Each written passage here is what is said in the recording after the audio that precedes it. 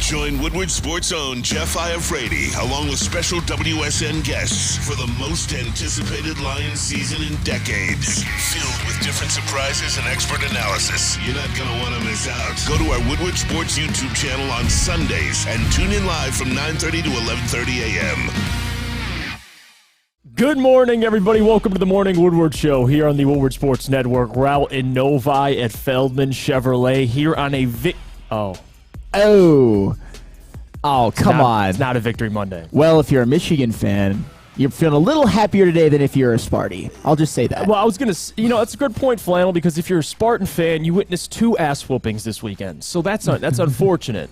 But yeah, we're here on an ass whooping Monday to talk about the Lions. And listen, I know people are freaking out. The world's ending. I've seen a lot of that all over Twitter.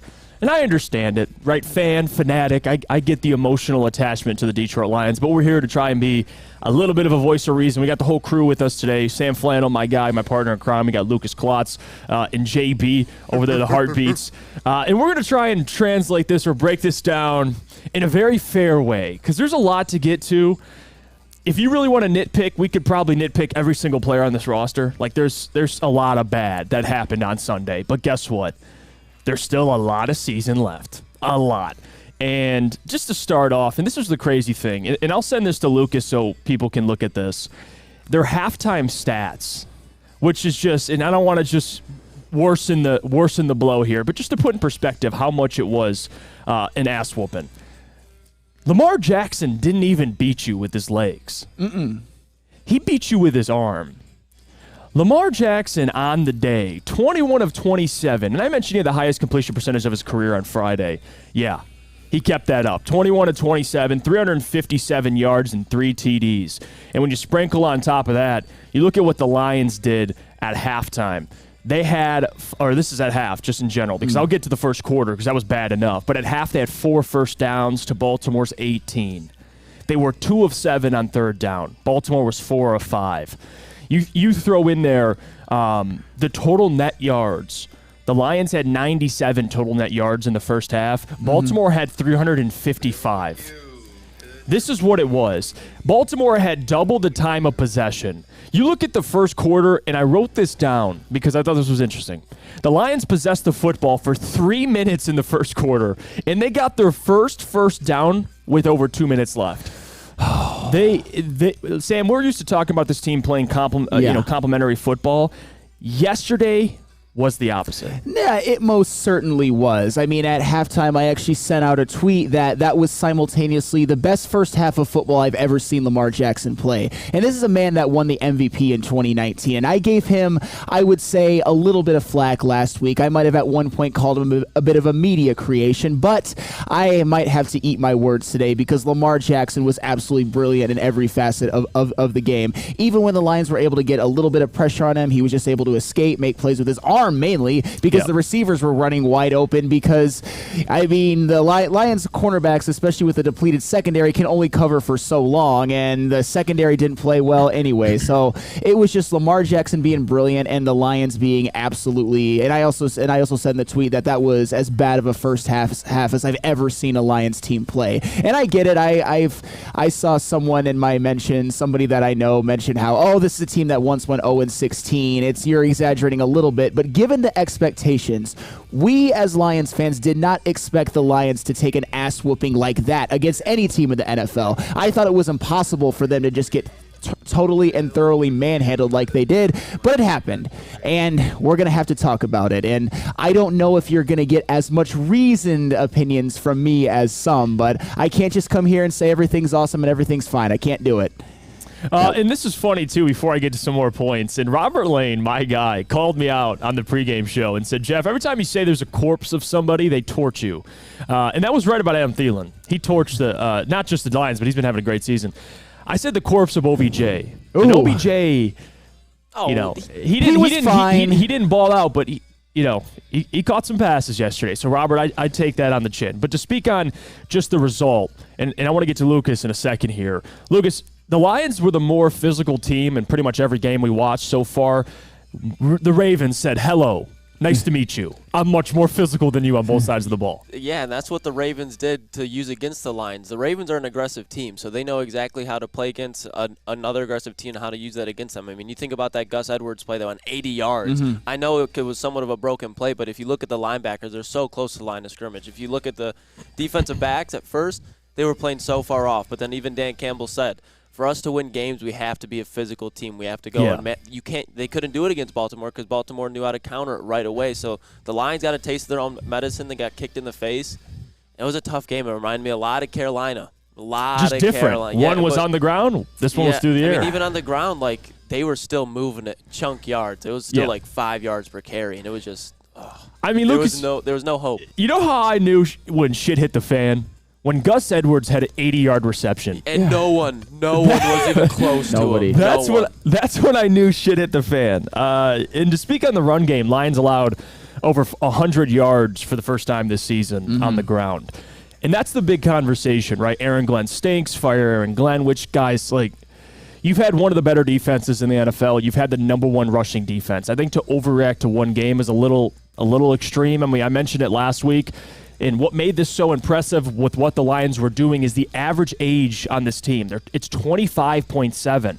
They have a quarterback who's 29 years old, but most of the roster isn't filled with veterans who've played a ton of football. So I'm not saying this is expected what happened, but hey, maybe they needed the smack in the mouth. Dan mentioned it. Like, this was a humbling experience. They were on the all-time high. They were number one on power rankings, and the Ravens, coming off a loss, I believe to the Steelers the prior week, right? Yeah. They beat the Titans in London, but the week before. The week prior, excuse me. And the Ravens were 4-2. They were 1-1 at home. This was their opportunity to get right at home, and they showed the Lions what the deal was. Oh, yeah, 100%. And I think it's tough because we all know that this Lions rush defense was number one for most of the year. But one of the things I always looked at is this, and this isn't a knock on the Lions at all. It's actually more of a credit to Aaron Glenn and how well they've played. This is not the personnel of a number one rush defense in the NFL. A team like the Philadelphia Eagles, which is the number one rush defense in the NFL now, that is the type of personnel where you're like, okay, that team is just loaded with defensive talent in the front seven. Explain.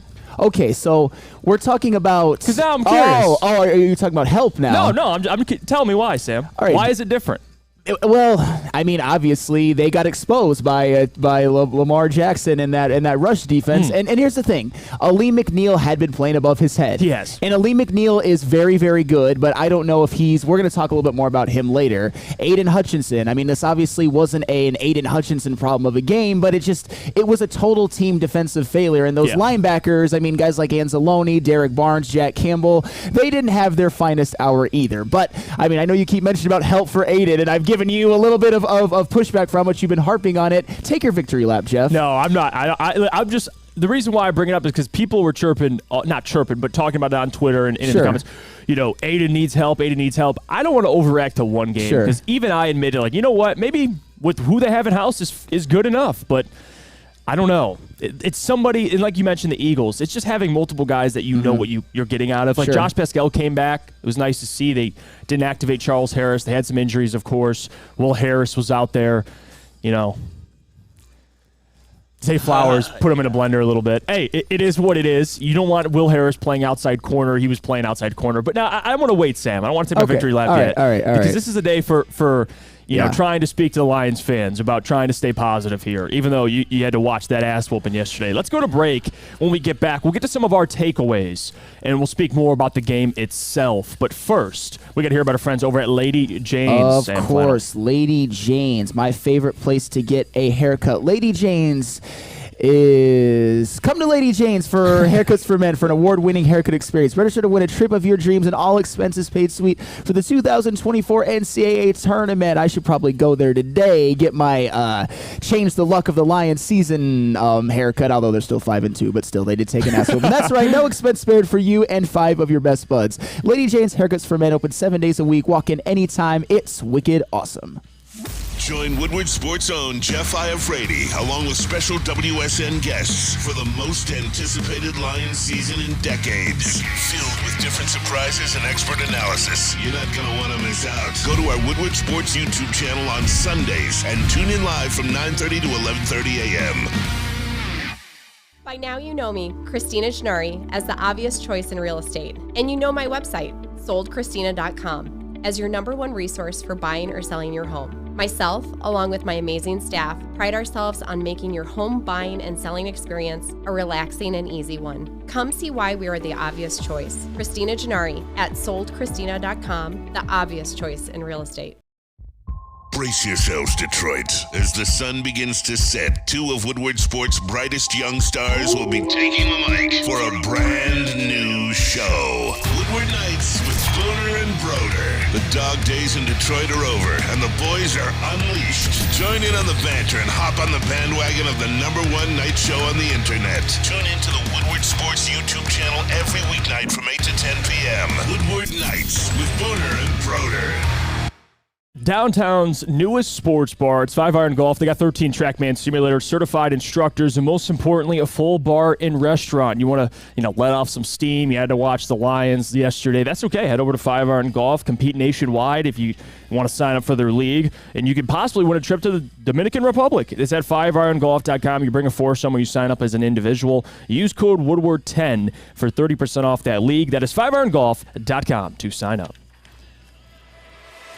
We're back. It's the Morning Woodward Show, breaking down Lions versus Ravens, and man, oh man, lot more to get to. We kind of sprinkled in a little bit of what we took away from the game, but at least for our takeaway, Sam Flannel, nothing positive. No.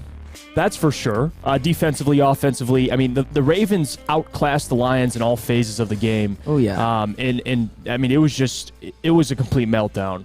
If you want to bring up Jared Goff, that's fine. I would point to much more than just Jared. Jared had one of his worst games as a Lion. Sure. That's fair. But this offensive line had probably one of their worst games being together. I mean, it seemed like Jared was pressured consistently. And we talk about this Ravens defense, and they had 11 different players that had a sack on the season so far. They're gonna send a lot of different players at you, and it's hard as an offense to kind of scheme for that. The other thing that was hard for the defense is 9 different players for the Ravens caught a pass. Oh, yeah. Nelson Aguilar caught a touchdown. Nelson Aguilar on Brian Branch. That's one we didn't see coming. Okay, in Brian Branch's defense, though, that play was literally like 10 seconds long. It's almost impossible to cover receivers for that long, especially when Lamar Jackson is just extending plays out there. So you can't even and I'm not saying you were, but to blame Branch on that one, it's like, yeah, you can, but just look at the guy that's making the play and how long it took to make the play.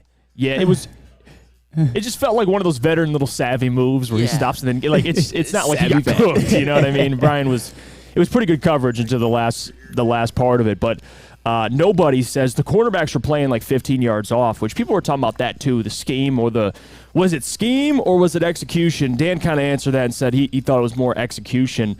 I'm not going to immediately, overreact Sam Flannel to scheme and say Aaron Glenn deserves to be fired. I mean, he's turned this defense around for the majority of this year.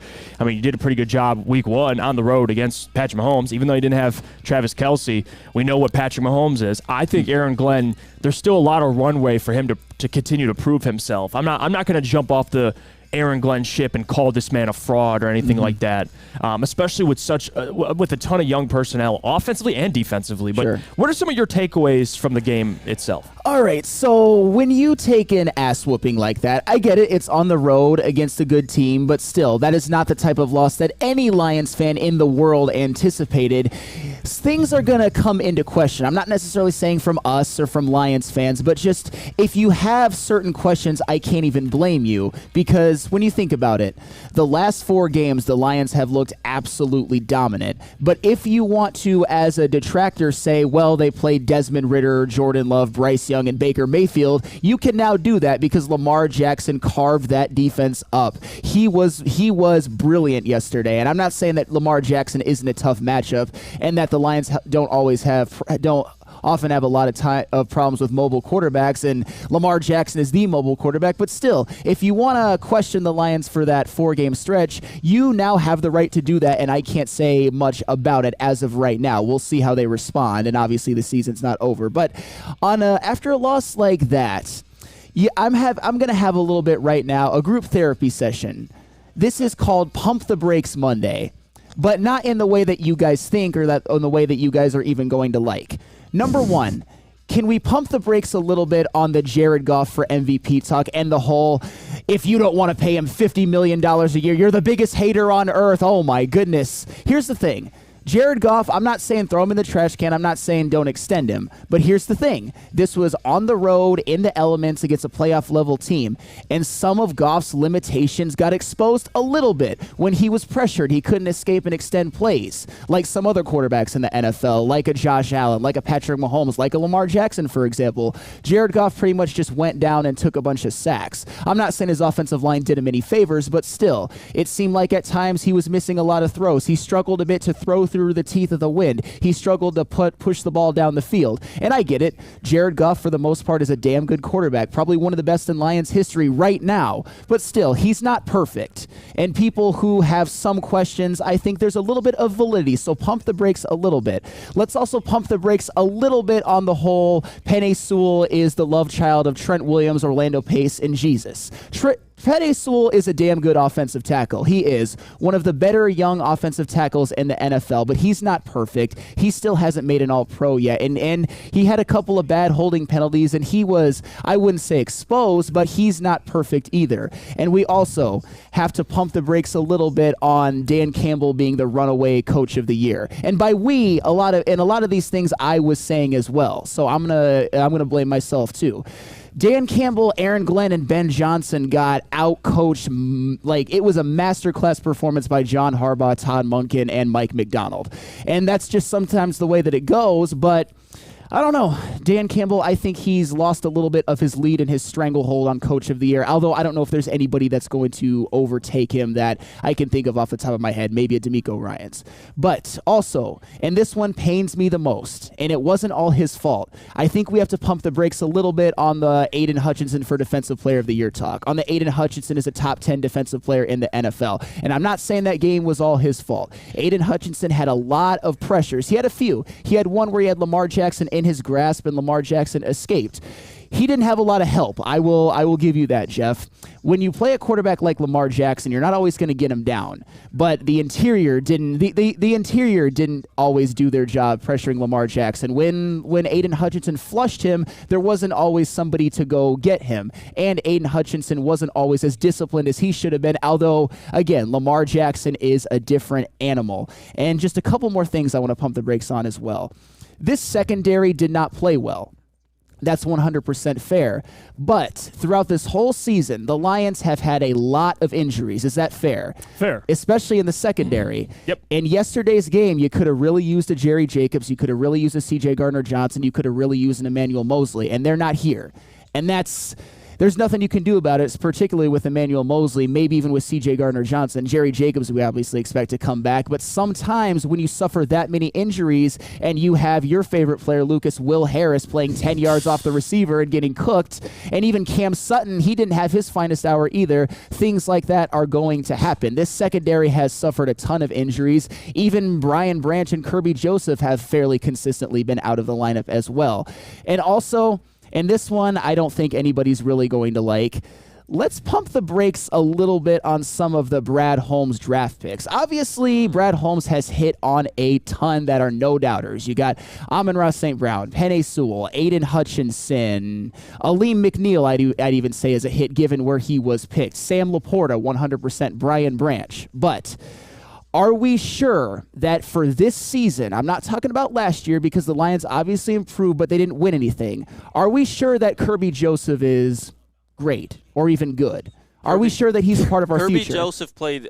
He could have given up 4 touchdowns in that game just based off of open field tackles. Kirby Joseph was making great safety net tackles, so I don't think it's even, like, for a third-round pick, I'm happy we have Kirby Joseph. If it wasn't for some of his tackles. Especially in this season. Yes, I'm happy we have a guy like Kirby Joseph. I see, I'm not – when we talk about guys that we definitely have to extend, Kirby Joseph gets brought up, and I'm like, I don't know about that. But you know what? I'll move on from Kirby Joseph really quick. What about Malcolm Rodriguez? Obviously, Malcolm Rodriguez last year was a starting linebacker, a great 6th-round pick. But this year, he's kind of relegated to special teams, sometimes on defense. It looked like he was even in at fullback a couple of times. I don't know about that. Like Malcolm Rodriguez, he's like the 6th-round pick that we're talking about right now is playing not like a 6th-round pick. You know what I mean? Like I don't think it's fair to question Malcolm either.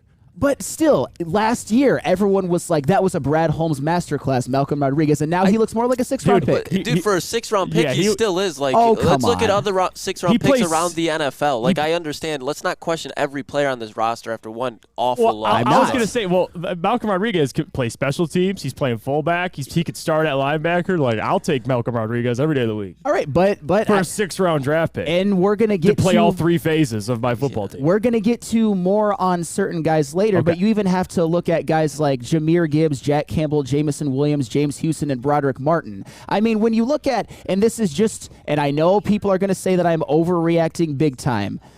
Jahmyr Gibbs, obviously he was one of the standouts of the game, but he did all of it pretty much in garbage time. I'm not saying it was useless. I'm not saying it was worthless, but Jahmyr Gibbs, he didn't really have an impact on that game, and I would say that he hasn't had a huge impact on that season. And Jahmyr Gibbs, you could have got Jalen Carter. With Jack Campbell, you could have got Kalijah Cansey, who's been balling for Tampa Bay. With Jamison Williams, you could have gotten Jordan Davis, guys that would really, really help the interior pass rush. I'm not saying throw these guys in the trash yet, but instead, Brad Holmes decided in the 3rd-round pick to use it on Broderick Martin, a guy who hasn't played. And oh, by the way, James Houston was great last year, but this year he got hurt. We still don't know if he's a long-term great piece. So there's a lot that we can pump the brakes on. Obviously, the Lions are still going to win the division. They're still going to be the 3 seed. All of that is well and good, but going on the road in the elements against a playoff team getting smacked like that, there's things you can question. I'm sorry. There's things that you can't, but there's things that you can, and I will do it. Yeah, no, I think it's fair to question things. I do. But I'm actually taking the opposite approach. I honestly, this loss, it is what it is.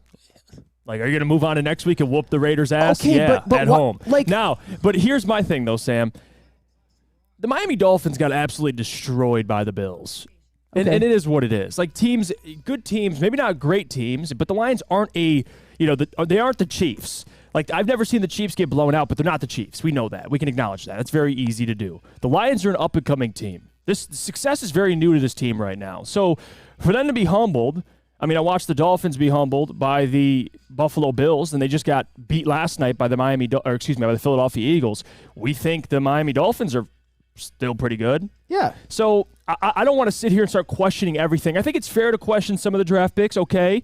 But to say that Jahmyr Gibbs, they struggled to run the ball early, but late in the game, I asked for, 8 to 10 targets in the passing game. He got that. He had 20 touches. He had 9 catches. Okay. He had over 100 yards from scrimmage. I know it was in garbage time, but regardless, I think the only player you could probably point out and say that was impressive was Jahmyr Gibbs. Sure, he was one of the standouts of the game. I know we're going to talk to him more later, and he did have that touchdown run. He was more involved in the passing game. It's just he wasn't as impactful as I would say an impactful interior defensive lineman would have been yesterday. And that's in fair. Like a big playoff game, it's like we've seen in a couple of games. Obviously, we've seen in a few the pass rush and the run defense, more than a few in the case of the run defense, look great. But against some of the better teams that they face, like Seattle and at Baltimore, it looks like they could use someone else, like some more help. And the whole thing with Goff too, Yes. This is what I'm confused about. Okay, people are all of a sudden, or I'm not saying all, but I've seen a lot of it. All of a sudden, out on Goff after one game. No, okay, even though he's top 5 in multiple categories, and we know what Goff is, right? He's one of the best, if not the best, in play action. What is play action? Well, you have to have a run game to establish play action. So no one's saying Goff is Mahomes. We know what Goff's limitations are. He's not mobile. He needs to be protected. But guess what? Yesterday, what happened?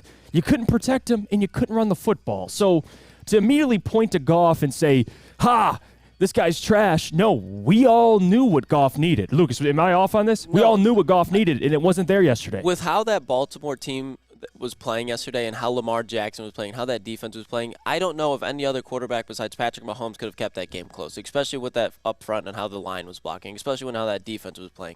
You could put any other quarterback on the Detroit Lions yesterday, and they probably are still losing that game. It doesn't matter if it's Jared Goff. That was a complete team loss. Like, if you want to take a victory lap on Jared Goff right now, go ahead. But at the same time, Flannel, you literally said, and I'm not saying like this is a shot at you, but he is the best Detroit Lions quarterback right now ever.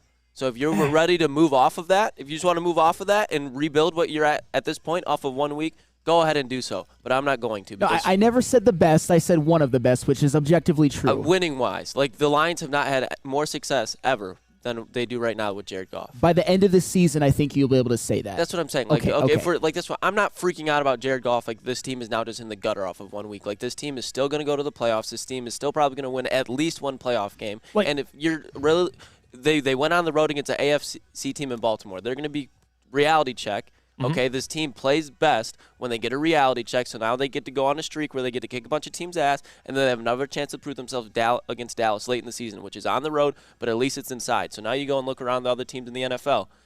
You got Philly, they still have a tough schedule. 49ers, they're going to be the 1 seed regardless. So if you're going to have to travel to San Fran, there's nothing you can do about it. But the Lions can get the 2 seed still, which is very possible with the remaining of their schedule. Then they don't have to travel on the road. And I still trust this team. This team is getting David Montgomery back. Yeah. In the playoffs, they're going to get C.J. Gardner-Johnson back most likely. Jerry Jacobs coming back next week.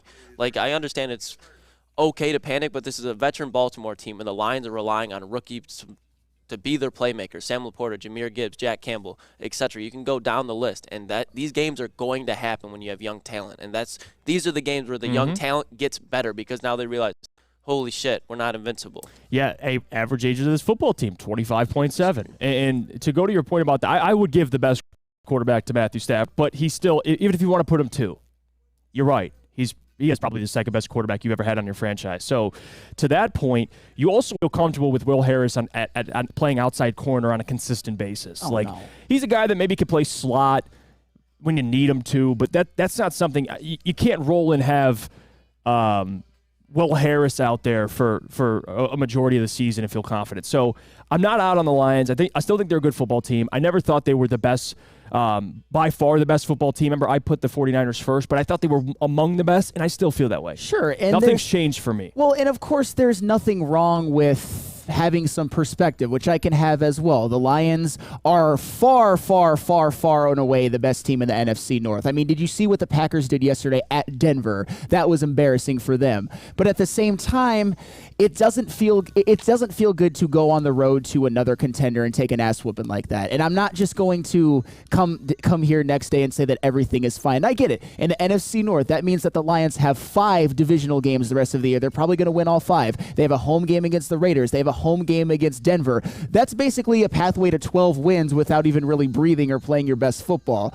But still, when we talk about this Lions team, which I ranked number 1 last week. A lot of people in the chat wanted to rank them number 1 as well, and I don't think they were wrong for that. It's about how they match up with the better teams, how they're going to match up if they have to go to Philadelphia in the playoffs, who now have the number 1 seed, them in San Francisco in the NFC. That's more what I'm looking at with this team. But still, it doesn't take away the fact that they are going to win the division, they're going to host a playoff game, they're going to get the 3 seed at worst, and it's a hell of an accomplishment. They'll be fine, but that air of invincibility that it seems like they had is not only gone, you see that they can get clapped even worse than they've been clapping teams. Yeah, and they did the opposite. Lions have been making opposing teams one-dimensional with their ability to stop the run. The Ravens did that to you yesterday. You got a taste of your own medicine, and maybe that's a wake-up call the Lions needed. I mean, we'll see how this trends, but you got Las Vegas in a week, and then you have a bye week. Take care of it. Monday Night Football against maybe even Brian Hoyer. I mean, who knows? But, group up all your frustration and take it out on the Raiders at home. And then you move forward. Yep. This is the NFL. It moves by quickly.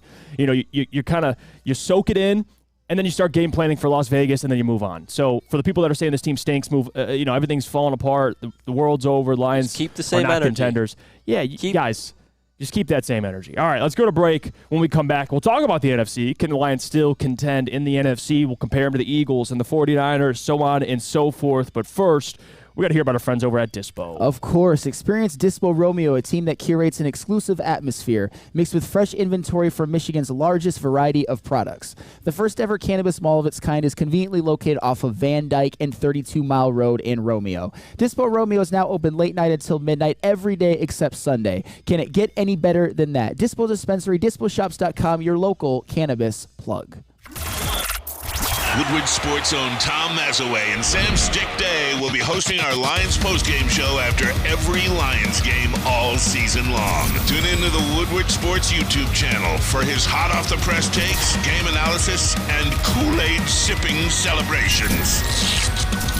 You won't want to miss miss it. Join Maz, Dick, and special guests each week immediately following every Lions game, exclusively on the WSN YouTube channel. Where's the most convenient place to get that big fitness energy? It's Planet Fitness. Join today for just $1 down, $10 a month. With over 2,400 locations and equipment for every workout, you can get in, get energized, and get going. And with free fitness training and most clubs open 24 hours, everyone belongs in the judgment-free zone. So join today for $1 down, $10 a month, no commitment, cancel anytime. Deal ends Wednesday, September 13th. Join now at any Metro Detroit location. Hurry, offer ends soon. Now, coming to Woodward Sports, Woodward and Main Street, the Woodward Sports Network Detroit Lions show. Catch Gabrielle D. Phillips, Matt Broder, and Terry Foster for all the latest news on your Detroit Lions every week. Only on the Woodward Sports Network YouTube channel and woodwardsports.com. When buying or selling real estate, flexibility and control over the sales process is key. Sellers, how would you like the freedom of canceling your listing agreement at any time for any reason with no penalty? That is exactly what Mark White & Associates offers. It's called the Minute-by-Minute Listing Agreement by Mark White & Associates. Try Mark White's risk-free minute-to-minute listing agreement today. Looking to buy or sell real estate? Visit markwhitesells.com or call 248-290-8242. markwhitesells.com, where flexibility meets success. We're back. It's the Morning Woodward Show here on the Woodward Sports Network on a, what would you call it, an ass-whooping Monday? I guess that's the theme, or the what did you pump the brakes Monday? Pump the we brakes can call Monday. it whatever you want, Yeah. whatever phrase you like to use. Jeff Iafrate, Sam Flannel, Lucas Klotz, and of course JB hanging with you. And I want to say quickly before we get into anything else, prayers up for Mo Ibrahim, man. That guy, man, I feel so bad for him. All the injuries he sustained in college, and then he got his first opportunity. And just got immediately taken out. He had emergency surgery actually at the hospital the same day, like within an hour before the game was even over. He was under the knife. So prayers up to Mo Ibrahim. I wanted to say that. But the question I have for people is, how do you compare? How do you rank the Lions now? Because listen, we do this power ranking stuff. We'll do it tomorrow, Top 10 Tuesday. We do it every Tuesday here on the Morning Woodward Show. But every week it changes. With new information, you keep changing your opinion. So the power rankings are always going to change. What are your thoughts now with how the NFC lines up? Because for me, I felt like the 49ers were the best team, and I think they still are. The Eagles, to me, after that loss to the Jets last week, which nobody wants to talk about. Yeah, no, exactly. Thank you. Nobody wants to talk about that, but we'll just move past that.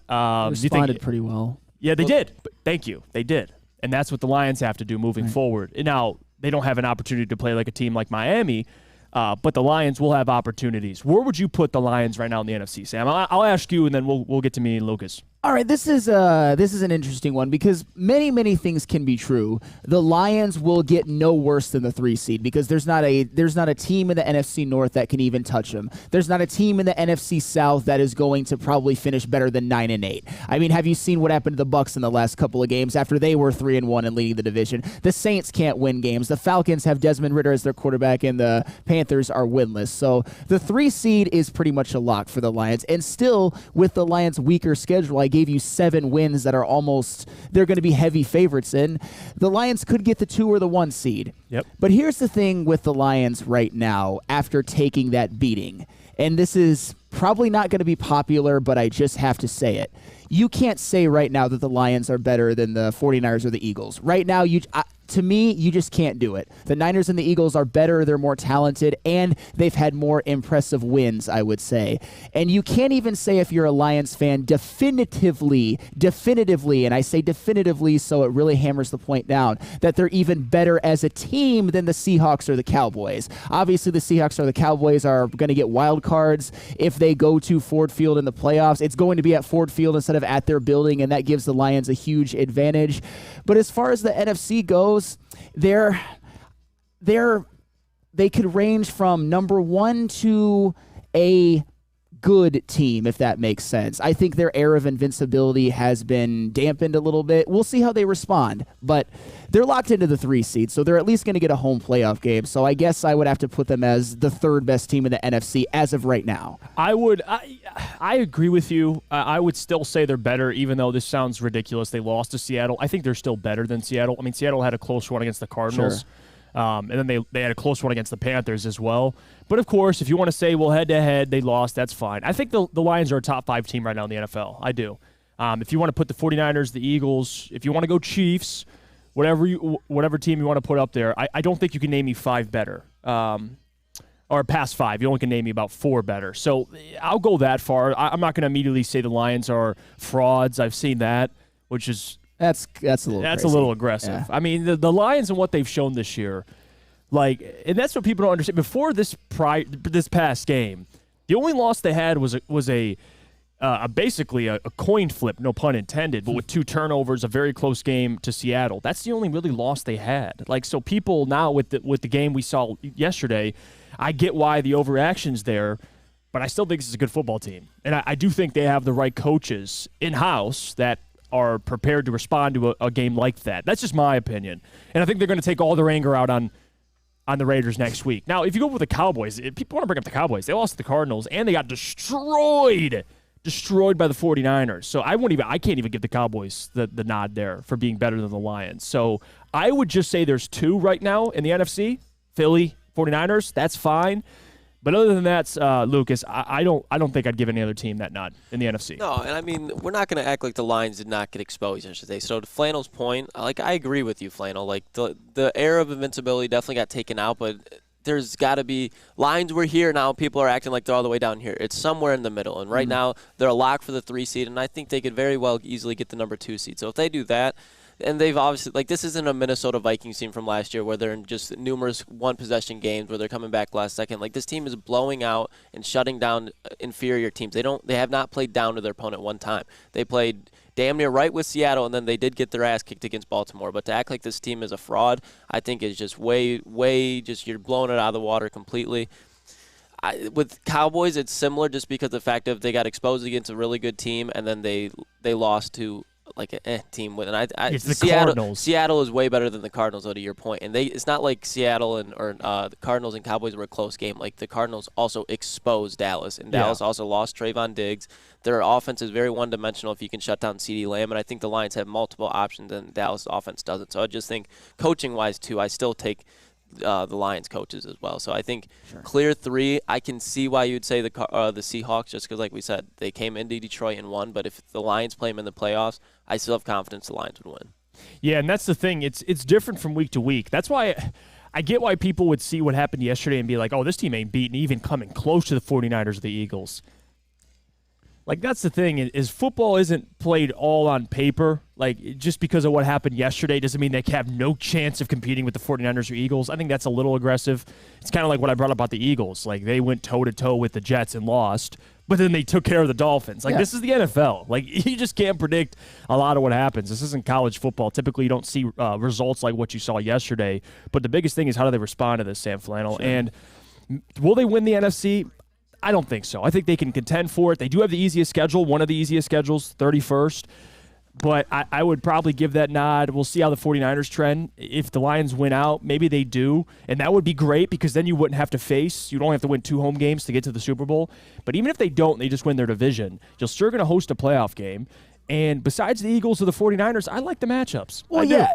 And I think that's what this loss may have done as well, because at this point right now, seeing how the Lions looked when they went to Baltimore, I can't say in good conscience that I would pick them to win at Philadelphia or at San Francisco in the playoffs. And I think that is more than fair. And it just shows just how the NFL is, because we're talking about the Philadelphia Eagles, especially after they lost to the Jets. And even before that, people were saying that, oh, this isn't the same Eagles team. They're definitely beatable and everything like that. And people were even saying that about the Kansas City Chiefs. I know it's a different conference, but they're obviously going to be a player in the NFL playoffs as well. And if the Lions get ultimately where they want to go, they might be facing off with that team. They haven't looked as impressive and everything like that. But when it came to the Lions, and I know we're fans, and I know that we watch this team closer than any other team, there was and I was in right there with you guys. I had them as the number 1 team in the NFL. There was kind of this just everything is awesome, everything is great, I feel good, I feel great, I feel wonderful. So it depends on week to week just who looks vulnerable and who looks like there's some cracks in their armor. And I think people were a little bit too quick to bury the Eagles, to bury teams like the Chiefs, and maybe just a little bit too quick to crown the Lions, myself included. I had them number 1. Spoiler alert, they're not going to be number 1 tomorrow. Sorry. Yeah, and that's I want to read this comment because I thought this was kind of funny, and then we'll go to break here. Well, Walker Chapman says, I just want to know what the Ravens had on us to accept the ball first. Yeah, they wanted that smoke right away. Yeah, and Lamar Jackson killed you through the air, which is something I did not expect to happen, Lucas. No, the Ravens came to play. The Ravens were ready just to beat whoever was in front of them. The Lions were sleepwalking last night or yesterday. That's why I'm saying it reminded me of Carolina. You could just tell from coaching to personnel, like nobody was on their P's and Q's. In Baltimore, everybody was on their P's and Q's. So when you do that against a good team, like the Lions definitely did not put forth their best effort at all. No. Like that was not the Detroit Lions that we've seen. So that's why you don't overreact after 1 week. It's just Real Cream of Wheat says they stole our signals. Oh, my goodness. Probably. Well, the Harbaugh brother over there probably used the same tactics. John Harbaugh. Well, and this is the thing. I understand that people think, well, especially me in particular, they think that I'm kind of flipping and a bit of a flip-flopper, and now I'm jumping off the Lions bandwagon. But here's the thing, and this is, I'm going to read this from Detroit Supremacy because I think he's one of my mortal enemies in the chat. I don't think he's ever said one nice thing about me. To everyone hating on the Lions, keep that same energy. Don't show up in February to the parade.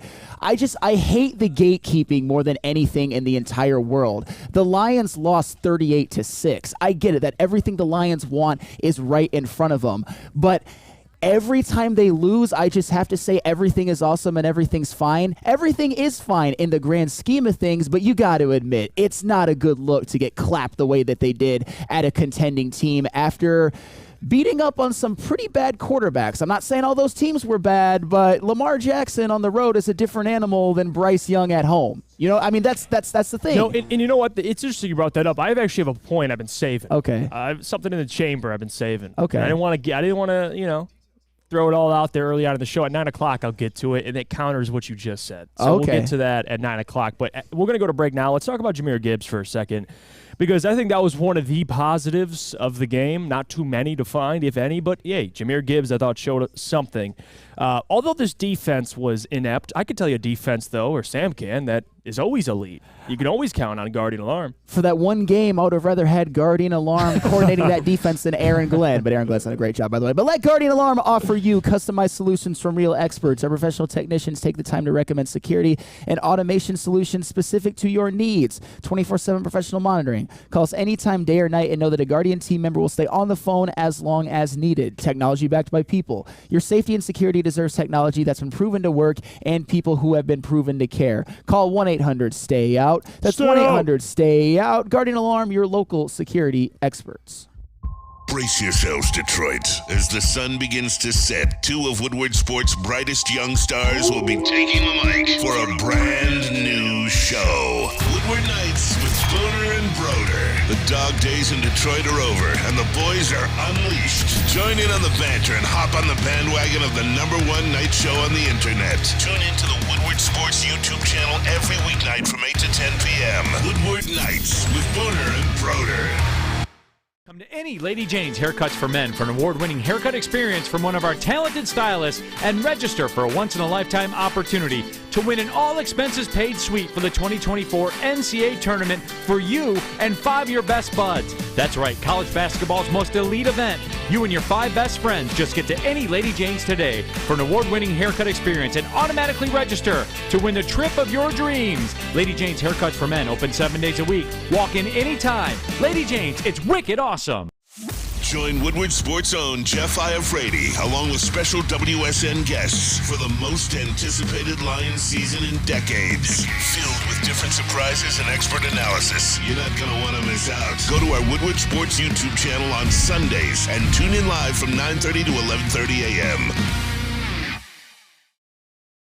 All right, for over 60 years, Fairway Pack & Co. has provided Michigan's finest restaurants, hotels, and casinos with prime beef, Wagyu beef, and dry-aged beef. Experience the Fairway difference for yourself today. You can visit the steak shop in Grosse Pointe Woods, or you can order online at fairwaypacking.com. We're back. It's the Morning Woodward Show here on the Woodward Sports Network, breaking down Lions versus Ravens and what there's left to break down. Seems like the Lions were broken down. That's what it sounded like, or at least looked like watching the football game. Thank you guys for sticking with us. If you do us a favor, hit the like button on the stream. It helps us, helps the network, and it helps get the stream out there for other Lions fans that maybe need someone to talk to right now. So appreciate you guys for tuning in for that. On this ass-whooping Monday, we'll call it, whatever you want to call it. But, Sam, to talk about Jahmyr Gibbs for a second, I thought Jahmyr, and I said it on the pregame show, and I said it last week, I wanted Jahmyr to get a lot of touches. I didn't expect to get touches in a blowout, but I did want 8 to 10 targets in the passing game, maybe double-digit carries. He got 20, technically 21. He had 20 touches entirely in the passing game and in the run game.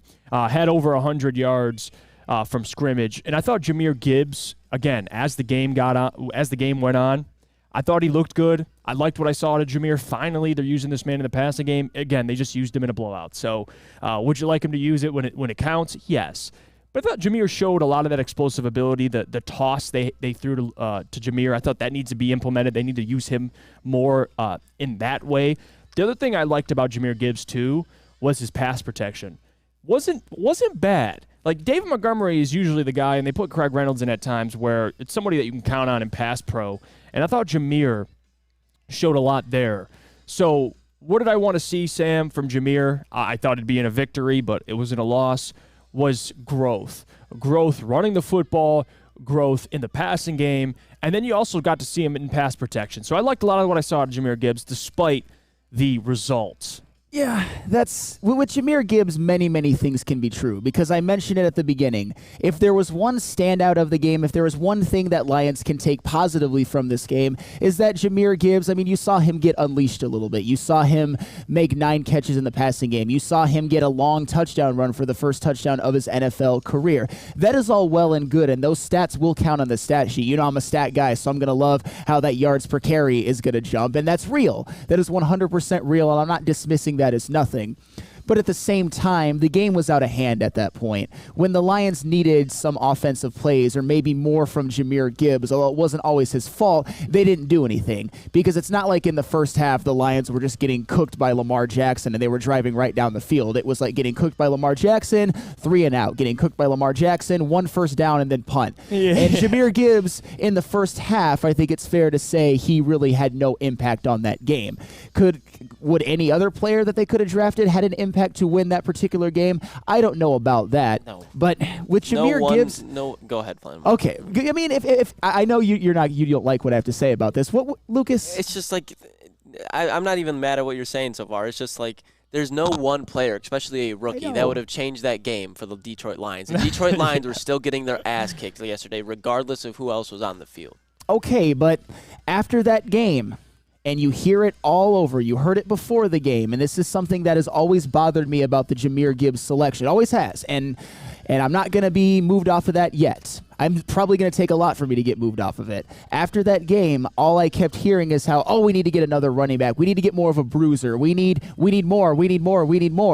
Well, good thing you drafted Jahmyr Gibbs at number 12 overall, so that when he does have to carry more of the workload, I mean, you'd think that a guy drafted at number 12 overall can do something like that. And I've even seen him in the Atlanta game actually play very, very well. Yeah. I mean, he made an impact on that game for them winning, and in this game, statistically, he played very, very well. But with Jahmyr Gibbs, it was always, you drafted him at 12, but no, he's not going to start. That's David Montgomery's job. And I've always just been kind of like, well, then do you expect him to be a star? Do you expect him to be a weapon or not? Because as of right now, I don't see a pathway for Jahmyr Gibbs to ever live up to being the number 12 overall pick as a running back. I'm sorry. I know I'm not trying to bury his career before it's all said and done, but the reality of the situation is for games like that, for games against Seattle, the other ones notwithstanding because the defense played great, a guy like a Jalen Carter would have been eons more impactful than Jahmyr Gibbs. And against better teams, that might be kind of bite the Lions in the ass, not having more on the interior pass rush. I'm sorry, it's fact. No, and again, I'm not gonna argue the point about Jalen. You know how I feel about Jalen Carter. I've advocated for him for months before the draft, but the reason why I don't bring him back up is because it's pointless at this point. He's in Philly. Jahmyr's your running back. You could have said yesterday, too, so the Lions have drafted Micah Parsons instead of Penei Sewell. It's like, after every Lions loss, we can't just go back to the draft board and be like, that's the best player there. Ridiculous. Why didn't we take him? There's reasons, obviously. There's not one player. Jalen Carter would not have won them that game yesterday. Like, that's the first thing that I saw when I go to social media is like, could you imagine if Jalen? Yeah, could I imagine the Lions losing by 28 points instead of 34? Then maybe I could see that. Jahmyr Gibbs was the only person to put points on the board for him yesterday. If they didn't have Jahmyr Gibbs yesterday, who's the running back? You can get a second, third round running back. Name the second, third round running backs that are going off right now. I mean, A-Chain was, but he's hurt. And do you think A-Chain is in the best situation with Mike McDaniel as head coach? Well, they took what was A-Chain? Was he second or third? He was in the third. And he's in with Mike McDaniel, and he's also the second string running back, and he is not as dynamic as Gibbs. I'm sorry. Because I agree with the point of running backs. I feel a certain way about taking running backs in the first round, but I'm with Lucas on this. Like, you took him. He was advertised as a weapon, and in 2 starts, although he didn't move the chains early on, but I wouldn't put that all on Jameer. Sure. He still played well in both games he started. So, there's still plenty more for Jameer to show. The other part of it, too, with this whole discussion here, and people want to bring up J-Mo, that's fine. J-Mo didn't look great either. I think the offense just entirely didn't look great. I thought this was one of the worst games called by Ben Johnson. I didn't think it was a great game by Ben Johnson. Right. I mean, Lucas, we talked about maybe using some wide receivers in the run game. They didn't even really do that. They did a little bit. They put Khalif in the backfield, and they would just check it down to him. But it's just like there was no it was just domination for 3 quarters. Like Ben Johnson and Aaron Glenn, it just looked like their adjustments just were not working. Yeah, it was just a bad game entirely. And J-Mo, I think, had like 5-6 targets and didn't have a single catch. So it was a terrible game. I mean, Amon-Ra, the minute I saw Amon-Ra drop passes, I knew something was off. Well, yeah. And he dropped them early, and I'm like, uh-oh, something's wrong. I mean, Amon-Ra, another one who statistically you look at, 13 catches for 102 yards, but a lot of times when it counted, he would drop the ball. And that's very unlike Amon-Ra St. Brown. Yeah. And obviously, he's still one of the best receivers in the league. Sometimes it's just not your day. And I understand that that's perspective that is needed on a day like today. It hurt me to see the Lions get blown out like that. And I want to respond to one thing as well, just because I want to talk in facts. Peter Van Larhoven talking about Jalen Carter. And I'm not putting on a cape for Carter, although some people think that I am. Carter has been hurt already this year. Well, Jahmyr Gibbs missed 2 games as well. And one of the reasons why DeAndre Swift didn't work here is because he wasn't durable. And Jahmyr Gibbs, I'm not saying he's not, but both Jahmyr Gibbs and David Montgomery are realizing, and this is fair because the running back is a tough position. The wear and tear of being a running back in the NFL, you're going to miss games from time to time. Yeah, the only way that you could, and to your point about how do you justify this pick for Gibbs, to me it's always been he's got to advertise he's a weapon. Sure. Because if he was a wide receiver and you took him at 12, no one would be talking. Because it's like wide receiver, I can see that. Wide receivers go in the first round all the time. But the fact that he's a running back, I get it. Sure. And this was the first game we really got to see him in the passing game. So hopefully moving forward, this is something consistent you see out of Jahmyr Gibbs. Sure. Especially if they give him anything similar. Like if he has 8 catches or 8 rushes and 9 catches against the Raiders, he is going to be putting up some crazy production to go along with that. Like this was a good Ravens defense that he was still putting up solid production. I get it was a blowout, but there was not one like Amon-Ra was going off too. Like we're not going to knock him at the same time. Like you can't just be like, oh, well, he showed up, didn't matter. Like Jahmyr Gibbs, he showed up. At least he showed up. At least your rookie, the 12th overall pick, showed up at some point in the game. I know, but Amon-Ra St. Brown, and this is fair, Lucas, he has a track record of being a top 10 wide receiver in the NFL. With Jahmyr Gibbs, there is an element of unknown. You can't say that there's not. We can think that he's going to be an offensive weapon, and he's shown flashes. Like I said, the Atlanta game, great. The Chiefs game in limited snaps, great. This game against the Ravens at Baltimore, statistically, he played well. He was the bright spot. He was the one thing where Lions fans are holding on to, and I get it. I understand it. But still, I think there's an element of unknown. But you're right. I have no doubt that against the Raiders, the Lions will bounce back, and Jahmyr Gibbs has plenty of opportunities for his first sort of, I would say, big moment touchdown where he actually scores one and we're all cheering because it's in a win. It's in like a lead and give him a lead or extend the lead. And there's 2 comments I want to read and we'll go to break. Trippy Gypsy says, make sure you talk about Laporta when you compare the pick for Gibbs over Carter. He was a part of that as well. We got 2 for 1, which is fair. And then this comment I agree with as well. Daniel, I don't think Ben Johnson knows how to utilize our more dynamic players like J-Mo and Gibbs. They haven't really been put into places to succeed. The only thing I'll say on that, because I love Ben, I'm not going to say he doesn't know how to use anybody. Why isn't J-Mo in the run game? The guy runs 4.27. Like, he has yet to carry the ball. I don't think they trust him, man. I think it's the same thing. I think it goes with Gibbs too. Like I do not think they fully trust J-Mo or Gibbs yet. I don't, and that goes with Goff as well because Goff could have easily checking it down to him. Goff can easily create more opportunities, but I just think they don't trust him yet either. Of them. Saw Antoine Green out there. That's what I'm saying. Something's going on with J-Mo. In that game when you need a big play, like you needed anything, a spark, and the only spark that you tried to get to Jameson Williams ended up being what looked like a punt from Jared Goff.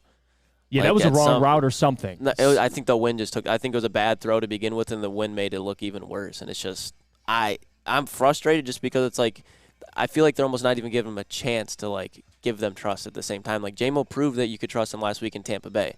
Let him keep carrying that momentum and just find a way to get him the ball point. And to your point, Jeff, like, give your playmakers the ball. Like, I understand Craig Reynolds is the backup running back and he serves a purpose with the run game. But when you're down that much, especially in the second half, I'm sorry.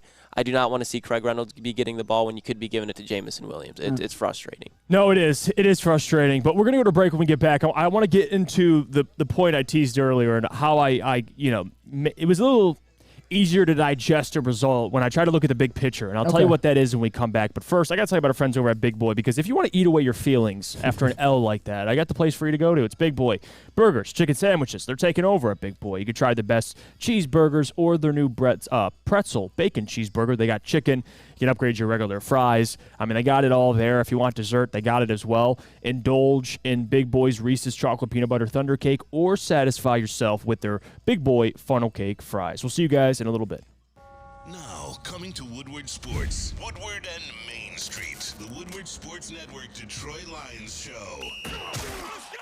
Catch Gabrielle D. Phillips, Matt Broder, and Terry Foster for all the latest news on your Detroit Lions every week. Only on the Woodward Sports Network YouTube channel and woodwardsports.com.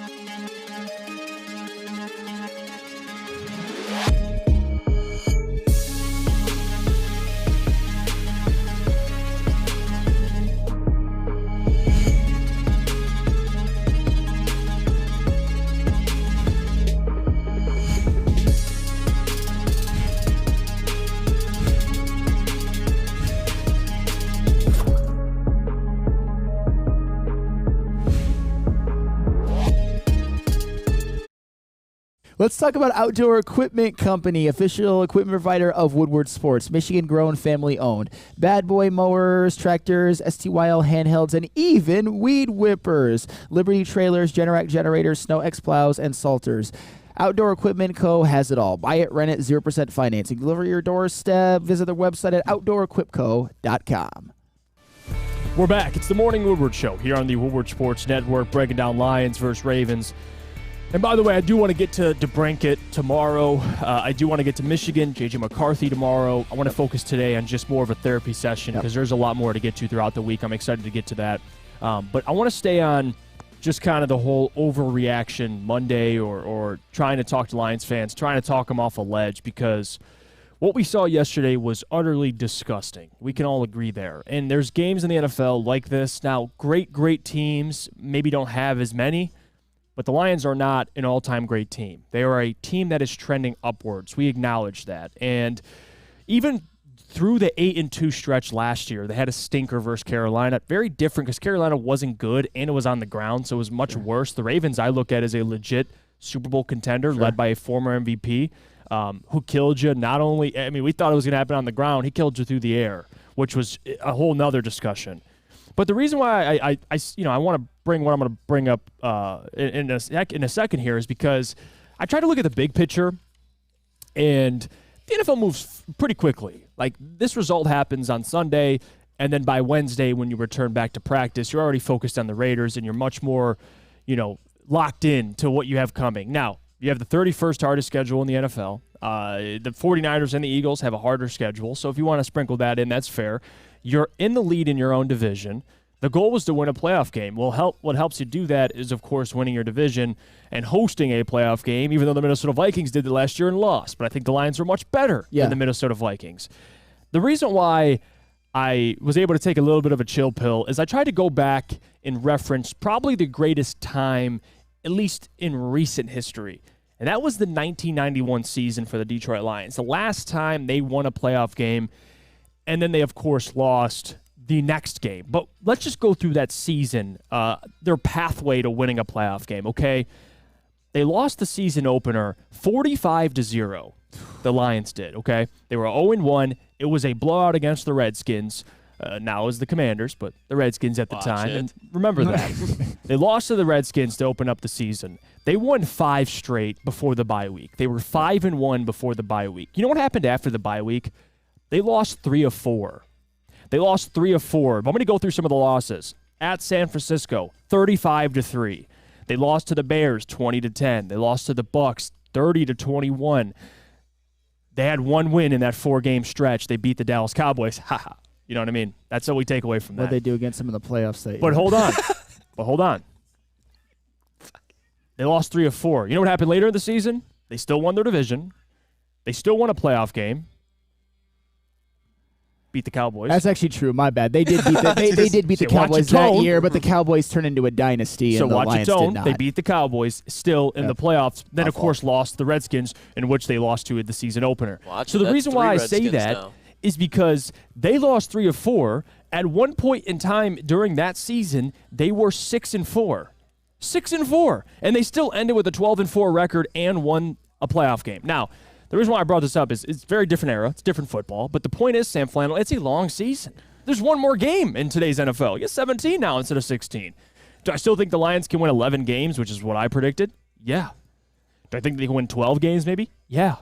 I think they can still contend for the NFC, and I still think the Lions are still one of the better teams, even though we saw a result on Sunday. So I don't want this to be a day of, jumping off the Lions bandwagon or calling them frauds or calling them, we were fooled, it's fool's gold. It's none of that. This is a team that took pride in being the most physical team on the field, and the Ravens were the much more physical team on Sunday. That's just what it was. The Lions have to look themselves in the face, get back to practice, get back to square one, get refocused, and Brad might need to add some more talent. Sure. Maybe in the secondary, specifically at corner, or another edge rusher. This was a wake-up call for not only the players, but the coaches, and, of course, for Brad. So I think maybe this could be, and I can't believe I'm saying this, but maybe for the better. But, again, do I want to see results like Sunday? No, I do not, Sam. But the only thing I can say moving forward is it is not time to panic yet. No. It just is not. Now, if they lose the next 3, yeah, they're 5-5, we could talk. Mm-hmm. But I don't think it's going to happen. If you go on the schedule and you look further down the schedule, the only other game that you're going to face a team with really a winning record would be, and at this point in time, it would just be Dallas. That's it. You only face Dallas. That's the only team with a winning record throughout the rest of the season. Yeah, it's an easy schedule, but guess what? I don't care. Win as many games as possible. Host a playoff game. That's the goal for me, Sam. Win a playoff game, and I still think they can do that. Oh, well, here's the thing. A lot of people are going to watch this whole episode and say that I'm hating more than most even in this town, definitely on this show. But many things can be true. Everything that you said is correct, and I still think not only the Lions can win 11 games, they could still win 14 with the way that their schedule shapes out. I mean, they've got 5 divisional games. I think they'll be favored in every single one of those games because I said before, and I'm putting this nicely, the NFC North besides the Lions is legitimately dog dick. And then you got a home game against Las Vegas. You got a home game against Denver. You've got an away game at the Chargers, who are 2-4. You've got an away game at the Saints, who are 3-4. This could set up to still be a 14-3 team, a team that could still compete for the number 1 seed in the NFC. But at the same time, maybe I'm overreacting to this. I've never liked the idea, and I understand retrospectively it could turn out that way. The day after you lose 38-6 on the road, people saying like, well, that actually could be a good thing. It actually could be a wake-up call. And it's like, come on, that's such copium that I can't even... I get what you're saying. Retrospectively, It could work out that way, but it's like already the day after, it's actually a good thing. They needed this. It was a beatdown. Well, go on, Lucas. I was just going to ask Flannel, can you see where people are coming from, though? Because I agree with you. You shouldn't just be jumping up and down like, oh, that was a great thing. The Lions still lost. Kicked. Yeah. But my thing is, at least they got their ass kicked by a legitimate playoff contender, a Super Bowl contender. It happened before the trade deadline. And it is, when you look at it just retrospectively, to your point, I would rather the Lions take a loss than go all the way to Dallas, just knocking teams down, and then right before the playoffs, you're like, oh, shit. Are we frauds? Did we just go 14, 13 wins, and now we just lost to the Dallas Cowboys, which I think this loss right here will help them regroup, Because at the same time, the line just got exposed, but everybody in the Lions office right now is going, what did we do to get exposed? What can we do to make sure that doesn't happen again? When all the players are going to be held accountable, you can 100% guarantee that with all the positional coaches they have. And now the fact that it's before the trade deadline, they can see, Washington's shopping Montez Sweat too. This person's shopping this person. Now they have a chance to rebound, look at their flaws, and realize, okay, now we can correct it. Holy shit. It's just, it's hard because I get what you're saying, Sam, and I know I by no means want to sit here and say everything's cherries and roses and everything's all good. But my point is, it's pointless, at least to me, to come out on Monday and Kelsey is the greatest tight end to ever live, and he is still playing at his highest level, at least these last couple of games. Chris Jones is a Defensive Player of the Year candidate, and the Chiefs were without them in that game. And I get it, the Lions were without some guys as well, but still, I can't just move on from this that quick, because if you want to talk about some numbers as well, the Lions, based off of just that one game, went from being 4th in the NFL in points per game to 8th. They went from being top 10 in points allowed to 19th. And Detroit Lions are now bottom 10 in passing yards allowed per game in the NFL. So when you look at everything on a macro level, there's still some things that the Lions maybe are not as good at as maybe we thought that they were. Their rush defense is still second, by the way, which I don't know how that's possible, but it's not like the Ravens just gashed them all over them. They ran the ball well with Gus Edwards and Lamar Jackson and Justice Hill, but still, there's just a lot that the Lions need to clean up. There's some things that may have been exposed. I think the talks for a guy like Chase Young will ramp up and be heated, at least amongst fans. I don't know about Brad Holmes. It's far from a finished product. It's far from a complete, I would say, 100% Super Bowl contender. They're good, but I can't look at them the exact same as I did 48 hours ago. My view is diminished a little bit. And that's fair. At least for Lions fans that were telling me that I was absurd for just predicting a playoff win, I think they kind of even came back down to earth a little bit. Sure. Because that is what this whole season's about. Like, you were 9-8 last year after starting 1-6, and this year you're 3 games above 500. You're leading your division. My at least perspective of this whole thing since the start was win your division, win a playoff game. I've been saying that. I've been consistent with that. You win a playoff game, the season's a success to me. Yep. That's all I ask for. So if that's still your expectation, it's very much alive. Absolutely. So I don't want people, just because you, and I'm not trying to point anybody out specifically, but just because you assume they were going to make the Super Bowl, maybe this was a much-needed game for them, Sam Flannel. Maybe it was. Not only is there winning a playoff game hope alive, it's alive and very, very much well. As I said before, there is nothing that could happen short of just a catastrophic injury or a meteor dropping that would take the Lions out of the 3 seed. It's just not going to happen. And by that, they're going to probably play a team like, I don't know, Seattle or the Cowboys, or maybe even, I don't know, someone from the NFC South in the first round. And I think that those are games where the Lions are going to be favored. So if that's your expectation and that's your gauge of a successful season, which I believe it is, the Lions still have everything they want in front of them. They just might not be Super Bowl contenders yet. They might be a year away. I think that's what that game may have exposed.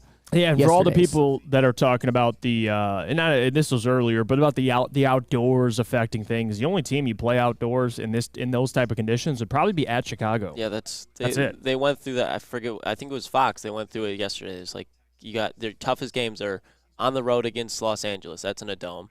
On the road against Minnesota, that's in a dome. On the road against Dallas, that's in a dome. Like, they really don't play any outdoor games besides Chicago. So if that is an actual concern of yours, there you go. And then same thing in the playoffs. Like, you know what I mean? If they're going to be playing, if you're worried about the Eagles and Niners, those are one of the only teams that have outdoors, and you're not going to play them in the first round. Yeah, and the Eagles, you would expect, most likely bad weather. But the 49ers, like, you're going to be playing in sunshine. So it is what it is. Let's go to break. When we come back, we'll talk a little more about J-Mo and just kind of talk about maybe some of the trade options for Brad Holmes, because people are talking about Danielle Hunter. Like, he's realistic. Is that a realistic option? He's having a Defensive Player of the Year caliber season. He plays in Minnesota. That's a guy that the Lions are going to have to make a move, and Brad Holmes has never really been aggressive in terms of making trades. That's going to have to change, especially with this team being on the fringe of contention. Let's go to break. When we get back, we'll get into that conversation. But first, Sam, can you tell us about our friends over at Swiss Insurance? Absolutely. Do you have football on the brain? Of course you do. Fall is in college and professional football, and this year, besides for this past Sunday, has been awesome. Fall is also a perfect time to shop your home and auto insurance. Shop it like a pro with Swiss Insurance. They cover Woodward Sports Network, and they should be covering you too. Ask for Mark at Swiss Insurance today at swissins.com or call 248-800-4177. Again, that is 248-800-4177, Swiss Insurance. At work and at home, we're there with smarter security solutions. Featuring complete automation with customized alerts and more. For over 90 years, we've been the company that's been counted on to protect what matters most, all with personalized service and care. Right now, for a limited time, receive a free video device plus free installation with a new home system. Guardian Alarm. We protect Michigan. Brace yourselves, Detroit. As the sun begins to set, two of Woodward Sports' brightest young stars will be taking the mic for a brand new show. Woodward Nights with Spooner and Broder. The dog days in Detroit are over, and the boys are unleashed. Join in on the banter and hop on the bandwagon of the #1 night show on the internet. Tune into the Woodward Sports YouTube channel every weeknight from 8 to 10 p.m. Woodward Nights with Spooner and Broder. Gabby is a college student struggling to study for her big exam. Then she discovered Syntron, a healthy way for her to stay awake and focus. Jennifer frequently has chaotic days like this until she gets online, orders some Syntron, and finds her groove. April visited her local grocery store, purchased a case of Syntron, and entered to win the Syntron 100K Vegas giveaway. Pick up your case of Syntron today at any Meijer location or visit drinksyntron.com/Vegas and enter for the 100K Vegas giveaway. Brand new state-of-the-art sports dome field house that has a regulation basketball court, volleyball court, and, of course, a soccer field that can also be used for 7-on-7 football. K-8 features AM and PM latchkey, of course, small classroom sizes, free breakfast and lunch, and much more. Now accepting new enrollment. Get your child signed up over at theacademywarren.net. We're back. It's the Morning Woodward Show here on the Woodward Sports Network, getting more into Lions because, of course, it is a more Lions-based show considering what happened yesterday. And the people want to talk about it. Trust me, we'll get to all the Redwings, the Michigan stuff later in the week. But right now, I want to talk about Brad Holmes for a second because I do think a trade at some point in time, and I don't know the magnitude of it, Sam, something has to happen. Sure. Like, something just has to happen. And I know we talk about it, and people are saying, well, you got to get Aiden more help. Well, when I tried saying that, I got flamed for it because everyone told me, Jeff, how dare you? We have the best defensive line in the league by far. How dare you? And my response was, well, I think they're just playing above what we expected to, but you still want a guy on the opposing side of Aiden. You lost Houston. He was that guy that can consistently get pressure, somebody that can attract a double team. I'm sorry, and Lee McNeil was doing that from time to time, but I'm talking about on the edge. I mean, who do you really have? It's by committee at this point. Pascal is more interior. You can move him on the outside, but someone that you can just rely on a game-to-game basis.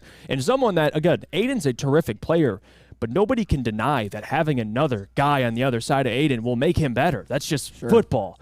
And you're seeing it now with the Eagles, with Jalen Carter, and I hate to bring him up, but the 49ers you can even bring up, with Nick Bosa, with the talent Nick Bosa has around him.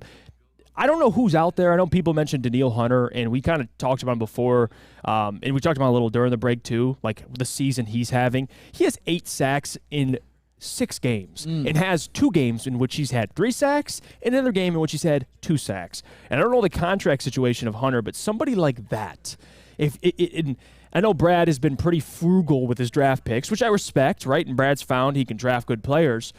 But at some point, Sam, you just got to say, you know what?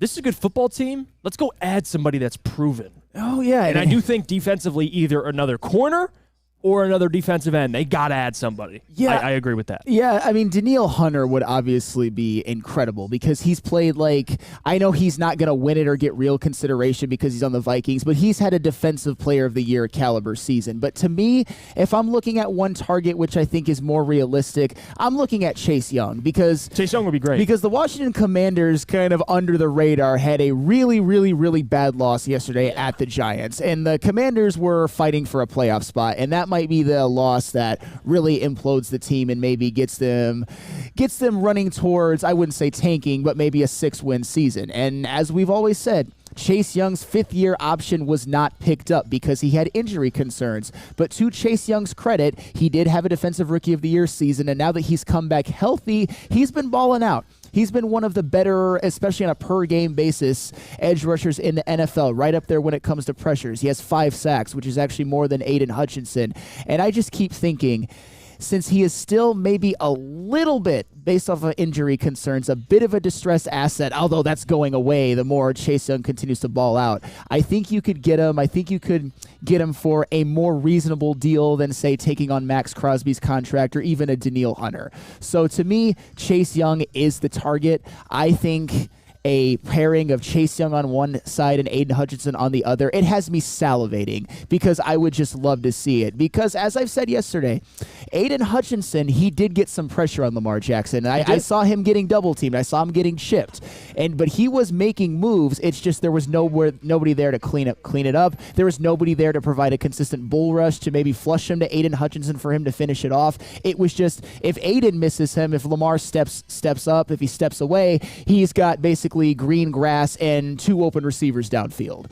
And with more help on the defensive line, I think more of those plays would result in sacks or at least containing Lamar and forcing him to throw it away. And especially when you play against running quarterbacks who are not as elusive, Chase Young and Aiden Hutchinson would be terrifying. It would, because again, who do you double?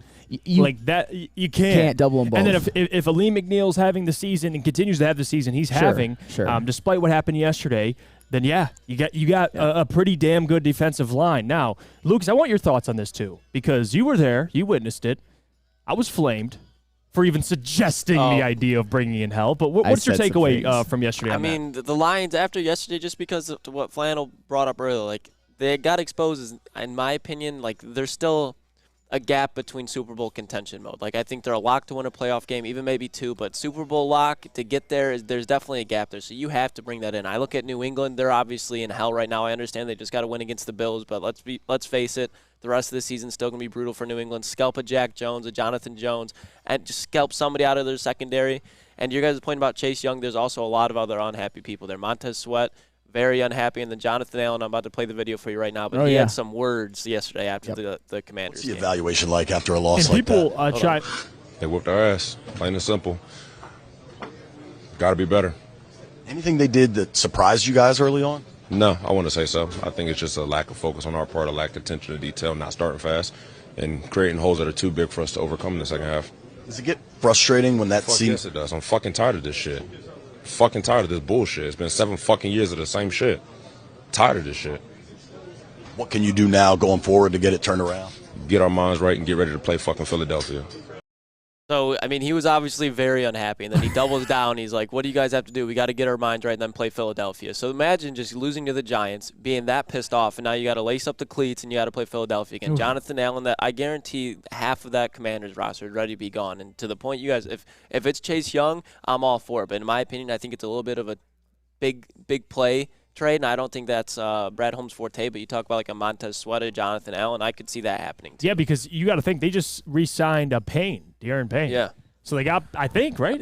Allen definitely is on like an extension deal, but it's nothing crazy. Right. So Jonathan, they got to trade one of those guys. Like Commanders got 4 dudes that are pretty elite. So if you could trade one, maybe it's Jonathan Allen. I feel bad for that man, dude. By the way, he's like, I've been here since he's been with the Commanders since 2016, 2017. I mean, he has not had a winning season. I was about to say, Jonathan Allen, I would take him every bit as much as Chase Young, because Jonathan Allen, he is one of the best players in the NFL that never gets talked about because he plays on the Commanders. If he were in a situation like Chris Jones was on with the Chiefs or Aaron Donald with the Rams, I'm not saying he would be quite on their level, but he's one of those guys, perennial Pro Bowler, All-Pro, could end up wearing a gold jacket in Canton when it's all said and done. And Jonathan Allen would also be a great addition to this.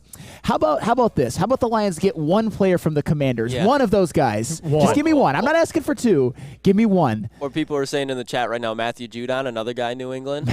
Stud. That would be something. But we can agree that it's got to be some more help on this defensive line, because when you have a bad secondary, which the Lions, on paper, at least statistically, you look at the passing numbers, they haven't been great. Now, if injuries have not helped that. I mean, you lose CJ early, Jerry Jacobs out with a knee injury. You got Will Harris as your starting outside corner, which, again, Will Harris, solid, but not somebody ideally you want out there on a week-to-week basis. If you have a defensive line that's consistently generating pressure, even among one of the best offensive lines, like the Ravens got a pretty good offensive line. If you have a damn good defensive line, it's going to help your secondary. It just is. Yeah. So you pick one. You either improve your defensive line, or you add another corner, which people threw around Patrick Surtain. I don't think that's happening, even though I would love. That's the only Patrick thing Denver's Surtain. got going for him right now. I know Denver's a disaster, but. It's the only thing they got. If I'm Denver, I'm holding on to Surtain. Hey, Denver got a big win yesterday. They did. Shout out Denver. Shout out Sean Payton. Yeah, I picked Denver to win that, but it was like not even like I was like, oh. Did you see the Jordan Love touchdown pass to Romeo Doubs too? It was like the most fluke. Like it shouldn't even have been a touchdown. The Packers should have lost by more than that too. It was a tip pass, or no, I think it was to Jaden Reed. My bad, not Romeo Doubs. And it just tells you how bad this NFC North is. Sure. And I mean, you just gotta get a dude. You gotta get a dude. And again, we'll see what Brad does, but I think Brad needs to be a little aggressive this season at the trade deadline. Yes. I think it's time. Oh, yes. We've waited. He's been patient, and rightfully so. But there comes a time that you got to make a move. You just do.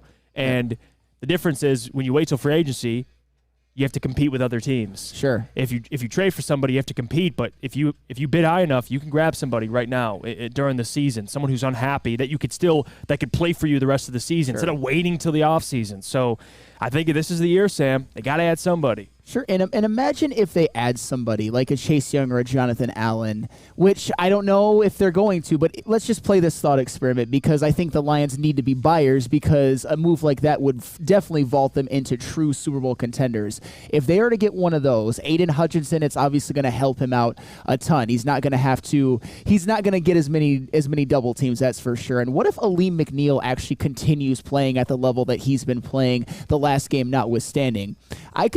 That could be a hell of a defensive line. Yeah, and people, look at that. John Macaroon says Jeff lost to Jerry Jacobs, threw everything out of whack, horrible timing of the injury. And people talking about Will Harris. Now, Will Harris, I called him solid, but that's friendly. Solid meaning inconsistent. And why everybody's like, why are the DBs so far off? That is why. Yeah, because they can't trust Will Harris. Put Will Harris in press man coverage. Even Jerry Jacobs, they even backed him off time to time. So the fact that everybody was mad that they were off and they were not pressing, but there's a reason why they were doing that, because they would have got exposed even more if they were pressing with Will Harris up there. Yeah, and he is not good. Will Harris is bad. I think solid was me just for PR reasons, being nice to Will Harris. So relax, everybody. The mob's attacking me. Will Harris got cooked. We understand that. He's not somebody that you want playing outside corner, but you need Jerry Jacobs back. So maybe it is trading for another corner. Sure. Just so Will Harris does not see the field the rest of the season. Maybe it is. In my opinion, if you're going to trade for a corner, it's got to be a premier one. Because if you're just trading for another corner, I don't really see that moving the needle that much. To your guys' point, they need to address that edge rusher. Or just a Jonathan Allen interior guy. Because even think about the last time when Ziggy Ansah was going off for the Lions. Who do they have on the inside? Sue. Exactly. Interior pressure, baby. It will just help everything. In this one, Austin says we need to hear JD's opinion. I think JB off the map for the next couple days. No, we can maybe get a call from JB tomorrow. We can get a call from JD tomorrow for sure. We can get it. I saw they texted me this morning, so we'll get it hooked up. Let's go. JD, the legend. All right, let's go to break. When we get back, we'll break down some Monday Night Football. If you guys got any nice some plays tonight for any parlays, let me know. I missed 4 parlays yesterday by a total of 15 yards. Lamar, I missed his rushing yards by 4. I missed, what else I missed? Jalen Hurts' rushing yards by 2 because he kneeled. Oh, it was bad. Victory formation. That's bad. I missed a lot of couple yard parlays. I missed out on probably a couple $100, but you know what? I left with 30. All right. Chin held high. I made I left with $30.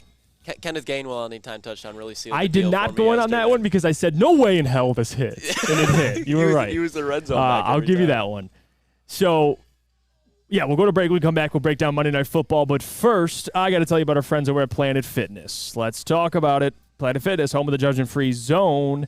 Where anybody can work on their fitness goals. At Planet Fitness, you'll experience a squeaky clean gym that has tons of equipment, includes a full body workout in 30 minutes, and of course, you get all this for just $10 a month. No commitment, no matter where you are. There's a Planet Fitness close by, and there are more than 50 in Metro Detroit and thousands more throughout the world. And after you get a good workout over at Planet Fitness, you can head over here. Feldman Chevrolet, Michigan's #1 Chevy dealership. Detroit's #1 Chevy dealership. They got 18 locations, and there's a Feldman dealership in your backyard. Visit feldmanauto.com to find the location nearest to you. And since 1996, Feldman Automotive has been driven to provide a fast, convenient, and first-class car buying experience called the Feldman Advantage. Catch Woodward Sports Live from Feldman Chevrolet like we are today, sitting in front of this beautiful car that hopefully I can win if I hit on betting. All right, let's go to break here. We'll see you guys in a little bit.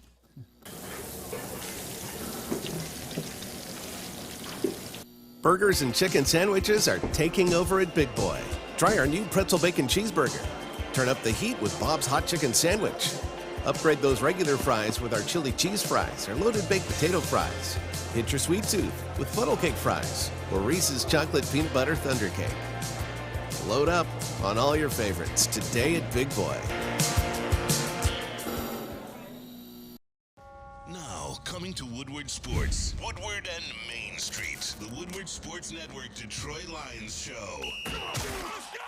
Catch Gabrielle D. Phillips, Matt Broder, and Terry Foster for all the latest news on your Detroit Lions every week. Only on the Woodward Sports Network YouTube channel and woodwardsports.com. Since the dawn of moving people, Chevrolet has led the way. The world of transportation is changing. At Feldman Chevrolet, we are leading the charge forward. With every electric vehicle, every mile traveled, one Feldman at a time. The company that puts more Chevys on Michigan roads is now the #1 name for Chevy electric vehicles. Brace yourselves, Detroit. As the sun begins to set, two of Woodward Sports' brightest young stars will be taking the mic for a brand new show. Woodward Nights with Spooner and Broder. The dog days in Detroit are over, and the boys are unleashed. Join in on the banter and hop on the bandwagon of the #1 night show on the internet. Tune into the Woodward Sports YouTube channel every weeknight from 8 to 10 p.m. Woodward Nights with Spooner and Broder. Let me tell you about our friends over at Glorious Cannabis. And here's the thing about Glorious Cannabis, guys. You can smoke it in a victory or you can smoke it in a loss. Doesn't matter. You're happy or sad. Glorious Cannabis is here for you. And just in time for football. It's a gassy, aggressive strain named in honor of Detroit football. Find them over at Dispo Dispensary for 25% off or check them out online at www.gloriouscanna.com. All right, we're back. It's the Morning Woodward Show. Let's break down Monday Night Football tonight. 49ers taking on the Vikings. And you know what? Couple guys out for the 49ers. Right now, Debo ruled out. JB's not liking that one. That's unfortunate. You got him in fantasy? It's tough. And then you got Trent Williams doubtful, which I don't know if he'll play. We'll see how that... I mean, if you're playing the Vikings, usually you just rest guys. The 49ers can take care of him without Trent Williams. Speaking of Daniil Hunter, you're going to need someone to account for him. Yeah. Drake Greenlaw is questionable, and of course McCaffrey's questionable, but I think he might play, to be honest with you. Because he's on that touchdown streak. He is, but that's He needs one more. Rest him. Rest Christian McCaffrey. Yeah, you should force him to play against Minnesota. I mean, they got Elijah Mitchell. They could probably run the ball with him. Because if he doesn't play, it'd still be how many straight games with a touchdown if he doesn't play. Fair. You know what I mean? Rest him that game back, score a touchdown. Oh, yeah, because you're right. Yeah, because technically he didn't play. Yeah, no, that's true. That's true. Go. Hey, ball knower right there. Anyone got any parlays they're cooking up tonight? I mean, what do we think? I think for me, at least, we got to go in on Ayuk. Yeah, I was going to say Ayuk. And Kittle, maybe. Even Addison. I think Addison will be a good one. I'm saying there's a way that Minnesota definitely covers this spread somehow.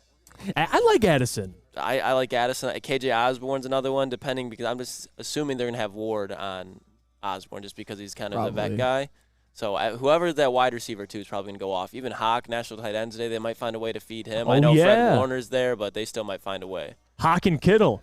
Does it still count? Yesterday was Tight Ends Day. I guess they still got to eat tonight. But what do you got, Sam? Is this just an absolute blowout by the 49ers? I mean, you'd think, especially coming after a loss, they need this one. They need to keep pace with the Eagles for the number 1 seed in the NFC. They would probably like to leave the Lions in the rearview mirror at this point. But with all those players out, I don't think that they destroy the Vikings. I think that they beat the Vikings, and the Vikings are obviously missing their best player by a mile as well, and Justin Jefferson. But I don't know. I could see the Vikings being able to put up some points on the board. But as far as stopping the 49ers, I don't know. I would say Trent Williams could be a big loss because other than Trent Williams, their offensive line really is pretty average. But Trent Williams misses games every single year, and they always end up being fine. So to me, I would see the 49ers maybe in a 7 to 10 point victory or something like that. That sounds reasonable, right? What about this one? Scientist Mustard says Kittle to score,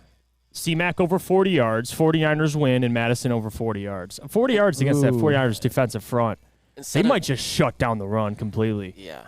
Dude, Alexander Madison doesn't stand a chance. And so I was saying, instead of McCaffrey yards, whatever Jordan Mason's yards are, they're probably way too low right now. I would definitely go Jordan Mason yards instead. Okay. Jesse Adams says, don't sleep on Jennings. Oh, Juwan Jennings. I love Juwan He's got that Jennings. dog in him. If we're talking dog. Juwan Jennings. How does one love Juwan Jennings? Because it's just like, in his limited, like, he always goes out there, and even if he's not getting the ball, he's just running nasty routes. He's a physical blocker. He's got a little bag with him. All the wide receiver threes that are very talented and have, like, a bag with them, Flannel, like the Josh Palmers of the world, I That's your thing. I love him. Like Josh Palmer. By the way, screw Josh Palmer. No, screw him. No, he won me some money yesterday. He won me like 140 yesterday. I needed 50 from him, 50 from Rasheed Rice. I had him as a TD scorer. Why did he spread the wealth? No. I got a big play. Gerald, here you go. You get one now. Josh Palmer had a straight line drive to the end zone. He's running. 2 guys on his left and right. Instead of running in the end zone, he stops and cuts to the left, gets tackled. Oh, no, what the F are you doing, I Palmer? just needed 50 yards. Score. Do I have a gambling addiction? Yeah, I do. Yeah, probably. It's $10 to win like 30-something bucks, all right? I was like, wow, that's an easy one. I was sweating the Rasheed Rice. The hell was going on? He had 48 going into the fourth quarter, and he got them all in the first half. And then he got it was towards the end of the fourth quarter, and he got like a 7-yard little bubble, and I was just like, oh, my God. Speaking of that team, who would be the MVP frontrunner right now? One Patrick Mahomes. Think so? Yeah.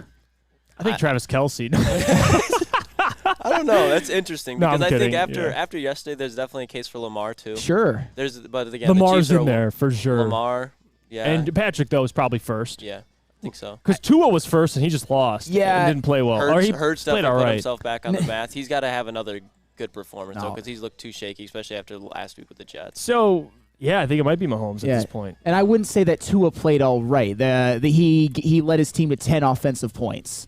He was going. Yeah, but if you watch the game, he was dotting up that secondary for a little bit there. It was only Tyreek Hill and then Waddle went out. He lost Waddle. Yeah, he did throw the pick late, but he didn't play awful. No, but he lost his stranglehold on the MVP. I think that's 100%. And for the record, when I was talking earlier about how Jared Goff, I would say his MVP case is definitely on hold right now and probably over. The guy on the other side of the field, Lamar Jackson, I think he certainly is entering into the conversation. That was one of my, I would say, biggest faux pas of last week was being a little bit too dismissive of Lamar, and especially his ability to throw the football. That game, I mean, I know he won an MVP in 2019, but it's been a long time since I've seen him look that impressive. And I don't even know if he ever looked that impressive even in 2019, although that was a hell of a year. He was brilliant, and he's right there in the MVP discussion as well. But Patrick Mahomes was also pretty brilliant yesterday. 4 touchdown passes, over 400 yards. Maybe we should pump the brakes on the Chiefs are not that good and they don't look impressive in Patrick Mahomes. This is also the Chargers defense who is just dog who's water, actually right? I'm not who actually allows the most yards. Yeah, like I'm not taking away from like Mahomes like playing great. Like I'm not taking that away at all. But like Dak Prescott also just shredded this Chargers defense and looked like a franchise quarterback. Like, hey, but every single thing that ills the Chargers is Justin Herbert's fault, though, right? No. Every single thing. DNC says Jeff Maddie took Josh Palmer over Gerald Everett on National Tight End Day. You know what, DNC? You got a good point. I'll give you that one. I thought to myself the whole like national tight end thing, and I'm like, there's no way in hell. Oh, no, it's a thing. Darren Waller? He scored? Darren Waller went crazy yesterday. I didn't watch the Giants game. He had I don't know how he had. I believe close to 100 yards, damn near 10 catches. And I believe he had a touchdown too. Like he went crazy. And I thought there, and I said maybe it was just me being, I'm just denying the the truth. But I sat there and I thought to myself, there's no way that the Eagles are going to come out and be like, it is National Tight Ends Day. We're going to feed Goddard. Like I thought it'd have to be like it's going to be at the it's going to have to flow naturally. No, they fed him. I was completely wrong. Mark Andrews? Yeah, speaking of who else ate on National Tight End Day, Mark Andrews. I thought Mark Andrews, it was time for him to score, but you're right, they fed him. Like, everyone just gets fed on National Tight End Day. But nobody ate more on National Tight End Day than Travis Kelce, though. He had a $150 in the first half. Yeah, I think he finished with over $170. 12 catches. 12 he was wide open every play. Just dumb. And Ryan Lentz the heartbeat of this company. He likes to say, well, Kelsey's just open all the time. Like, it's stupid. It's not fair. No, he gets open. Yeah. Like, that's how good Kelsey is. I don't want to – you can't take anything away from Kelsey for that. No, he's the best to ever do it. No, he is. Best to ever do He's the GOAT. Still playing well. Yeah, by the way, you did tell me about Dallas Goedert. Anytime. Yeah, that's another one. And I looked at you and I go, I don't know. And then I look, and then you and Booner – no. And then I went to place it, and it was locked. And I was like, well, I'll check in a second. I forgot. So you never no, because it was locked. I was sitting there staring at my phone. I'm like, well, I'll get in on Goddard, and then 5 minutes later, I go, well, I'll check in a second. I lock my phone, and then it was too late. It's too late. He scored. So that's an L for me. Okay. Let's go to break here. When we come back, we'll get to a little bit. You got a video you want to show us, or we'll get right to that? We'll talk about. I got a Red Wings thing, so we can talk about the Wings for 2 seconds. We'll talk some Red Wings. We'll get the mailbag, all that, and much more. Thank you guys for sticking with us. The Morning Woodward Show. We got to get to our friends over at Premier Pet. Of course. When it comes to your pet, don't settle. I don't settle when it comes to my golden retriever, Jake. Oh, my goodness. Jake with a J. And my orange cat, Milo, who are at home right now resting comfortably. I give my pets the best, so you should give your pets the best. Premier Pet Supply is hands down Michigan's best pet store. Family owned and operated for over 30 years. 13 Metro Detroit locations. Over 60 brands of food, lowest prices, and curbside home delivery. Premier Pet Supply. Give your pet the best. Visit their website at premierpetsupply.com. By now you know me, Christina Schnari, as the obvious choice in real estate. And you know my website, soldchristina.com, as your #1 resource for buying or selling your home. Myself, along with my amazing staff, pride ourselves on making your home buying and selling experience a relaxing and easy one. Come see why we are the obvious choice. Christina Gennari at soldchristina.com, the obvious choice in real estate. Hey, this is Mr. Kearney, Chief Academic Officer at Academy Warren. I want to welcome you to the brand new field house. The state-of-the-art facility has a regulation basketball court, volleyball court, soccer field. It can be used for 7-on-7 football. Our K-8 academic features AM, PM, latchkey, small classroom sizes, Learning Street, futuristic media center, free breakfast and lunch, Holton Mifflin curriculum, academic games, K-8 athletics, and more. Enroll today at academywarren.net. Join Woodward Sports' own Jeff Iafrate, along with special WSN guests for the most anticipated Lions season in decades.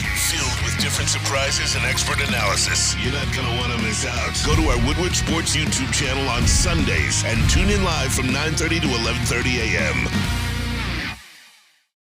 How would you like to win a $100,000 Vegas getaway? Take your friends and live it up in the city that never sleeps. It's the Cintron Energy. Drink it and live it. Purchase a 24-pack today and enter to win.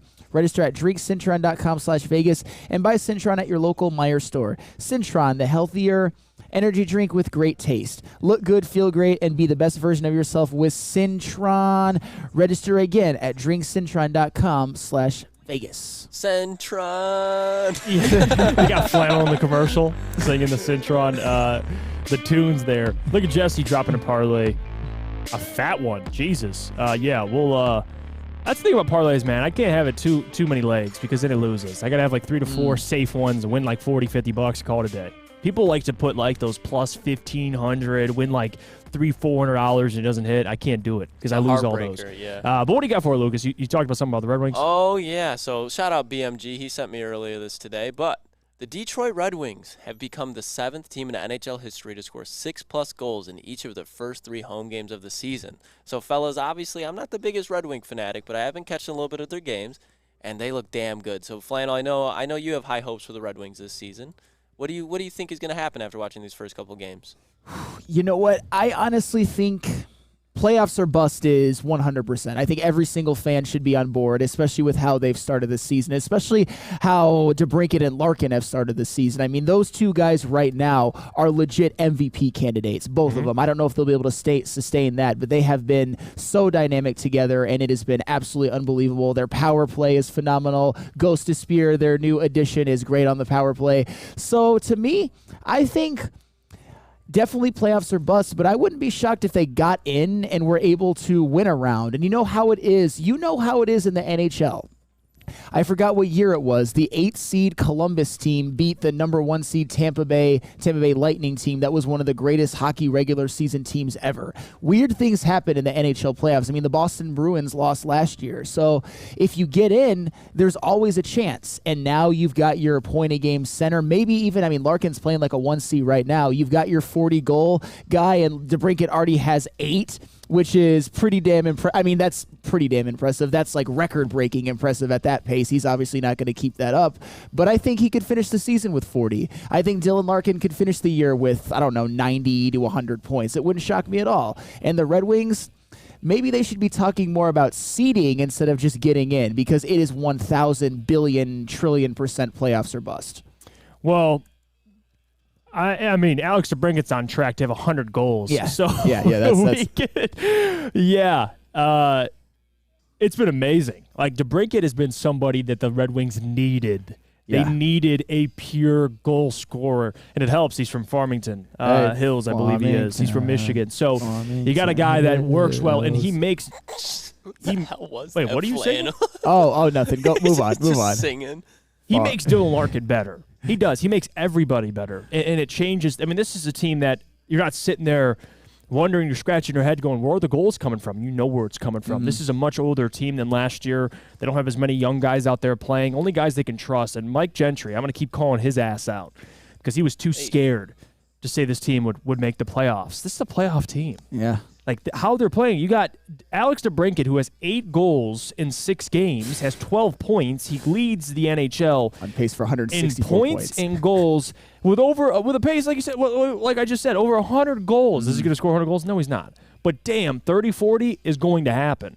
Alex DeBrincat's a terrific player, and to see his impact, man, it's special. This is a playoff team. It really is. Yeah, and this is definitely, in terms of young, up-and-coming teams, the best one that Alex DeBrincat has ever played on. Like, he got there after the Blackhawks dynasty, so just to see him play with other players, I don't know if Dylan Larkin's a great player, but he's certainly an all-star. He earned his contract, and maybe they can really break out even together, because Alex DeBrincat, obviously, he's already had a couple of 40-goal seasons, but it wouldn't shock me at all if this ends up being the most impactful season of his career. If you look at him at the end of the season and he's right up there in terms of goals with even a guy like, I don't know, dare I say Connor McDavid. I know that's a little bit lofty, and he's definitely not nobody's Connor McDavid, but you know what I mean. Just having that kind of season where you're looking at him as a potential MVP, a potential guy who can, really perform in the playoffs. And this is the team right now that maybe even have a higher trajectory than the Lions. They've started out a lot hotter than we even thought that they would. Yeah, you go through, at least with how things are shaping up, at least with some of the signings too. And the most impressive thing to me is you look at DeBrincat. He right now is the 71st highest paid player. Ooh. 71st highest paid player. You know who's higher paid than him? Ooh. Your captain. At 40, Dylan Larkin. Yeah. And I love Dylan Larkin, but just shows you the value that you got DeBrincat at. Still in his prime, and still plenty of years in his prime. It was a splash signing. And I can't wait to see this core, especially Larkin and DeBrincat, their chemistry moving forward. Then you still have a bunch of young, up-and-coming guys that haven't even played yet, and guys that are playing that are still good players, but guys that have yet to play a ton of hockey, which is an exciting era for Detroit hockey. I'm excited for the Red Wings, man. It's a good time to be excited. I mean, we talk about the Lions all the time, and it's fun. They're a great football team, but there's other organizations in Detroit that are on the up-and-coming, and the Red Wings are one of them. The Pistons, we'll address that when we have to. You know, we'll talk about them later. They're at a different exit of the highway. Yeah, they're not there yet. They're not there yet. That's they're a not Neil there. Royism, by the way. Very young. Yeah. They got Monty Williams. I'm excited, but the Red Wings are farther along. It doesn't take a genius to see that. Yeah, so playoffs when the Pistons are good, the Red Wings are good. The Tigers are on their way. Whew. It'll be exciting times in Detroit. I'll tell you that. Guess who also upped their win total by quite a bit from the previous season? The Detroit Tigers. That is true. And the Pistons, I'm not going to go too deep into the Pistons, but 30, 35 wins, that's pretty reasonable. Lots of up and coming on this in the Detroit sports. Oh, yeah. In the Detroit sports scene. A lot right of now. that. Let's go to break. We get back. We'll get to mailbag. Get your questions ready. And then, of course, we'll try and get to as many as we can. But first, I got to tell you about our friends over at Hamlin Pub because, guys, we had the post-game show there. JB was working overtime, setting that baby up. He was in the flesh doing his thing. Shout out to JB, the heart and soul of this network. But if you ever want to be a part of a bar where you're known as a regular, well, Hamlin Pub is just the place for you. Head over to Hamlin Pub and head to one of their 7 locations and experience where everyone's a regular. You could join Woodward Sports in the post-game show live from Hamlin Pub. I don't know when the next time they'll be live there, but there'll be plenty more shows over at Hamlin Pub in Rochester. Stick, Maz, and more will be there, and we'll see you down there when the post-game show is at Hamlin Pub. Experience your new favorite pub for all things sports. Now, coming to Woodward Sports, Woodward and Main Street, the Woodward Sports Network Detroit Lions show. Catch Gabrielle D. Phillips, Matt Broder, and Terry Foster for all the latest news on your Detroit Lions every week. Only on the Woodward Sports Network YouTube channel and woodwardsports.com. Calling all landscapers. This is Darren McCarty. I'm at Outdoor Equipment Co. How would you like to landscape like a legend? How about a bad boy zero turn? And even a chainsaw.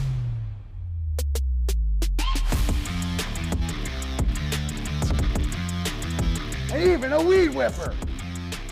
Whether you landscape for your job or landscape for fun, get all your equipment from Outdoor Equip Co., the official equipment provider of Woodward Sports. Michigan grown, family owned. OutdoorEquipCo.com.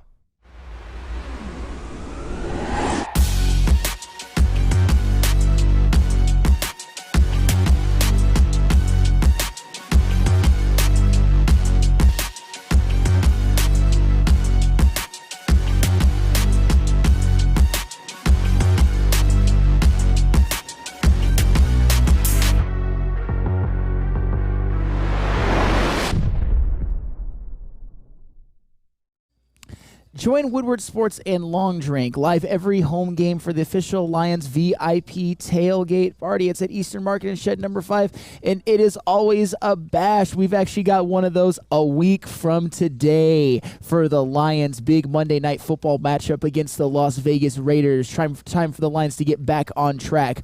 The official Lions tailgate is back and better than ever. How would you like to pregame it with Woodward Sports and be treated like a VIP? Food, beverages, and entertainment all included. Get your tickets online today at bullseyeeventgroup.com or win some from Woodward Sports today. Just subscribe to our YouTube, follow us on Instagram, and direct message Lions VIP. We're back. The Morning Woodward Show here on the Woodward Sports Network. People chiming in with the questions already. Man, Mike Gentry's really still being non-committal. Still a very long season. If the Wings stay healthy and consistent, they will be fighting for playoffs. Hardest division in hockey. I mean, that's all well and good, but Mike Gentry's spoken like a true Steve bot. Yeah, he's, Mike's a professional. I know. He really, look at him. He's speaking with like the proper terminology. Yeah. If they stay healthy and are consistent. Yeah, of course, Mike, that matters. But put your balls on the table. And they make it the playoffs or not. Say it. Say it, Mike.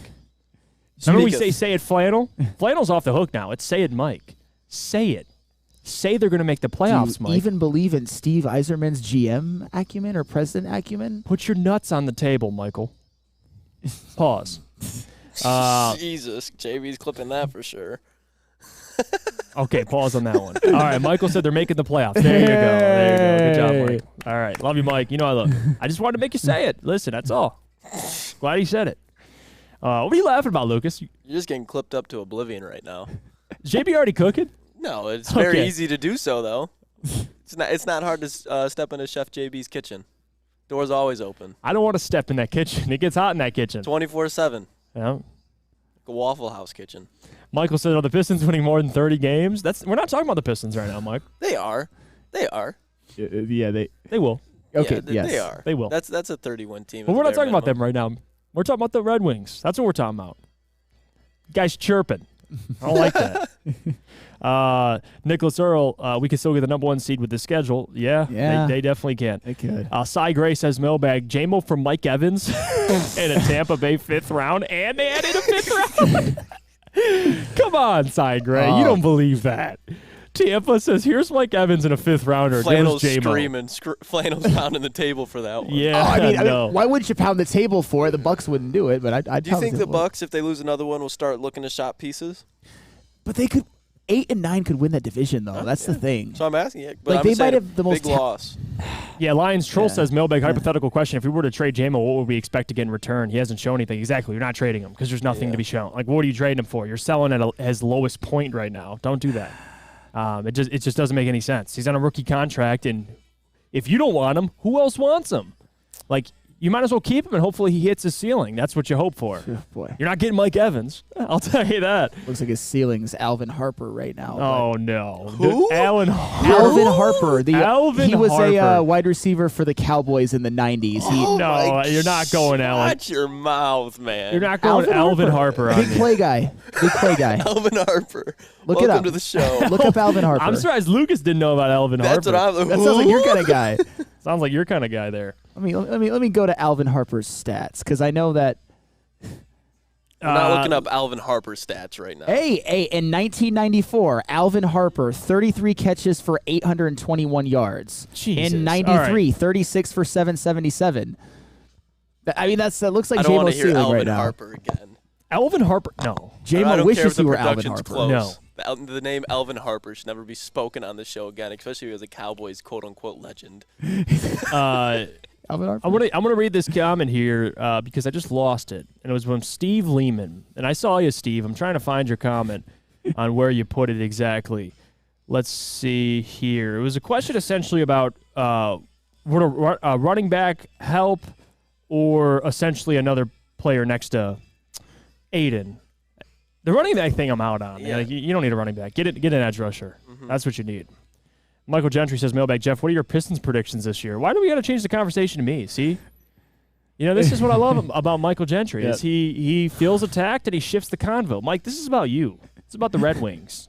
I see is what it's about. I see Booner and I forgot who else say like Alan Harper from 2.5 Men. I mean, I do love 2.5 Men, but no, Alvin Harper. Alvin, look it up. Look him up. He had some seasons where, like I said, he averaged over 20 yards per catch, was integral in some of those Cowboys Super Bowl runs. That's J-Mo's ceiling right now, is Alvin Harper. Word. It's a great word, integral. Yeah, that's BMG, man. That's ridiculous. Bro's scared. No, I'll tell you. Pistons are winning 30-plus games. There we go. 31 still counts as 30-plus. Yeah. Cade Cunningham will be in contention for most improved player. Ashar Thompson will be in the Rookie of the Year race. Ooh. Behind Victor. Scoot. And only. Scoot and only? No, Scoot will be second. He'll be top 3. I was about to say, bro. He'll be top 3. Maybe top 4. But he'll be in that discussion, that top 5 rookies, the most impressive rookies. There you go. Chet, too. Oh, shit. You're right. All right, maybe top 6. No, I think I'll say top 5. Booner says, did Jeff and Lucas solve their beef? Me and Lucas are cool. All right. Booner was the one that was trying to keep. He was on the Woodward Nights. He tried to keep that beef going. Yeah, Booner likes to see the world burn, and sometimes, it's his fault, he likes it. Yeah, and Booner was calling out Lucas. Me and Lucas settled it. He's cool. Lucas has my back, and I love him, so it's all good. But Booner, the fact that Booner even asked that question means he is He's trying to add. Shows his true colors. Yeah, it does. It shows your true colors. Detroit Debra mailbag, pay dirt. So pay dirt we discussed on Sunday, and Sam Flannel had my back here. Appreciate him. Yeah, pay dirt is a widely used term. Booner and Spencer were like, what is pay dirt? Like, why do you keep saying that? I've never heard that term. It's like talking about the end zone. Yeah, that's like a six. Okay, thank you. Like a known term. Yeah, Booner. You reach Jesus, pay dirt, man. Yeah, I'm like pay dirt. Like what? Pay dirt. Booner was probably just trying to get on Spenny's side from the other night. And then Spenny brought up Dexter Lawrence and he called him Sexy Dexy, and we all just let that slide. Like, no, we're not. Yeah, we would have clipped that up if that was you. We got to clip that up, dude. We might just do it right now. That's it. Who do you want for the lines of trade for? All right, we'll get out of here, man. Appreciate you guys for joining the show. It's another great show. Although it's not a Victory Monday, we still have a lot of fun, and we appreciate you guys' presence here at Feldman and Novi, Feldman Chevrolet. And I think Big D Energy's up next. Yep, Neil Rule, Lindsey Hunter, I believe it is, breaking down whatever happened yesterday, whatever you want to call it. But again, I appreciate you guys. Before you leave, hit the like button on the stream. It does support us a ton. It helps kind of put the stream out there, helps the algorithm. But until tomorrow, we'll break down more, of course. Top 10 Tuesday, we'll get to a couple more storylines from the Lions games, and then we'll get to the Brinket. J.J. McCarthy, Heisman? Flannel's going to set the world on fire with his power rankings. We'll talk about that, Michigan State, all that stuff, and much more. But until then, guys, appreciate you. Jeff Iafrate, Sam Flannel, Lucas Klotz, JB, the entire crew here with you at Feldman Chevrolet. Have a good one.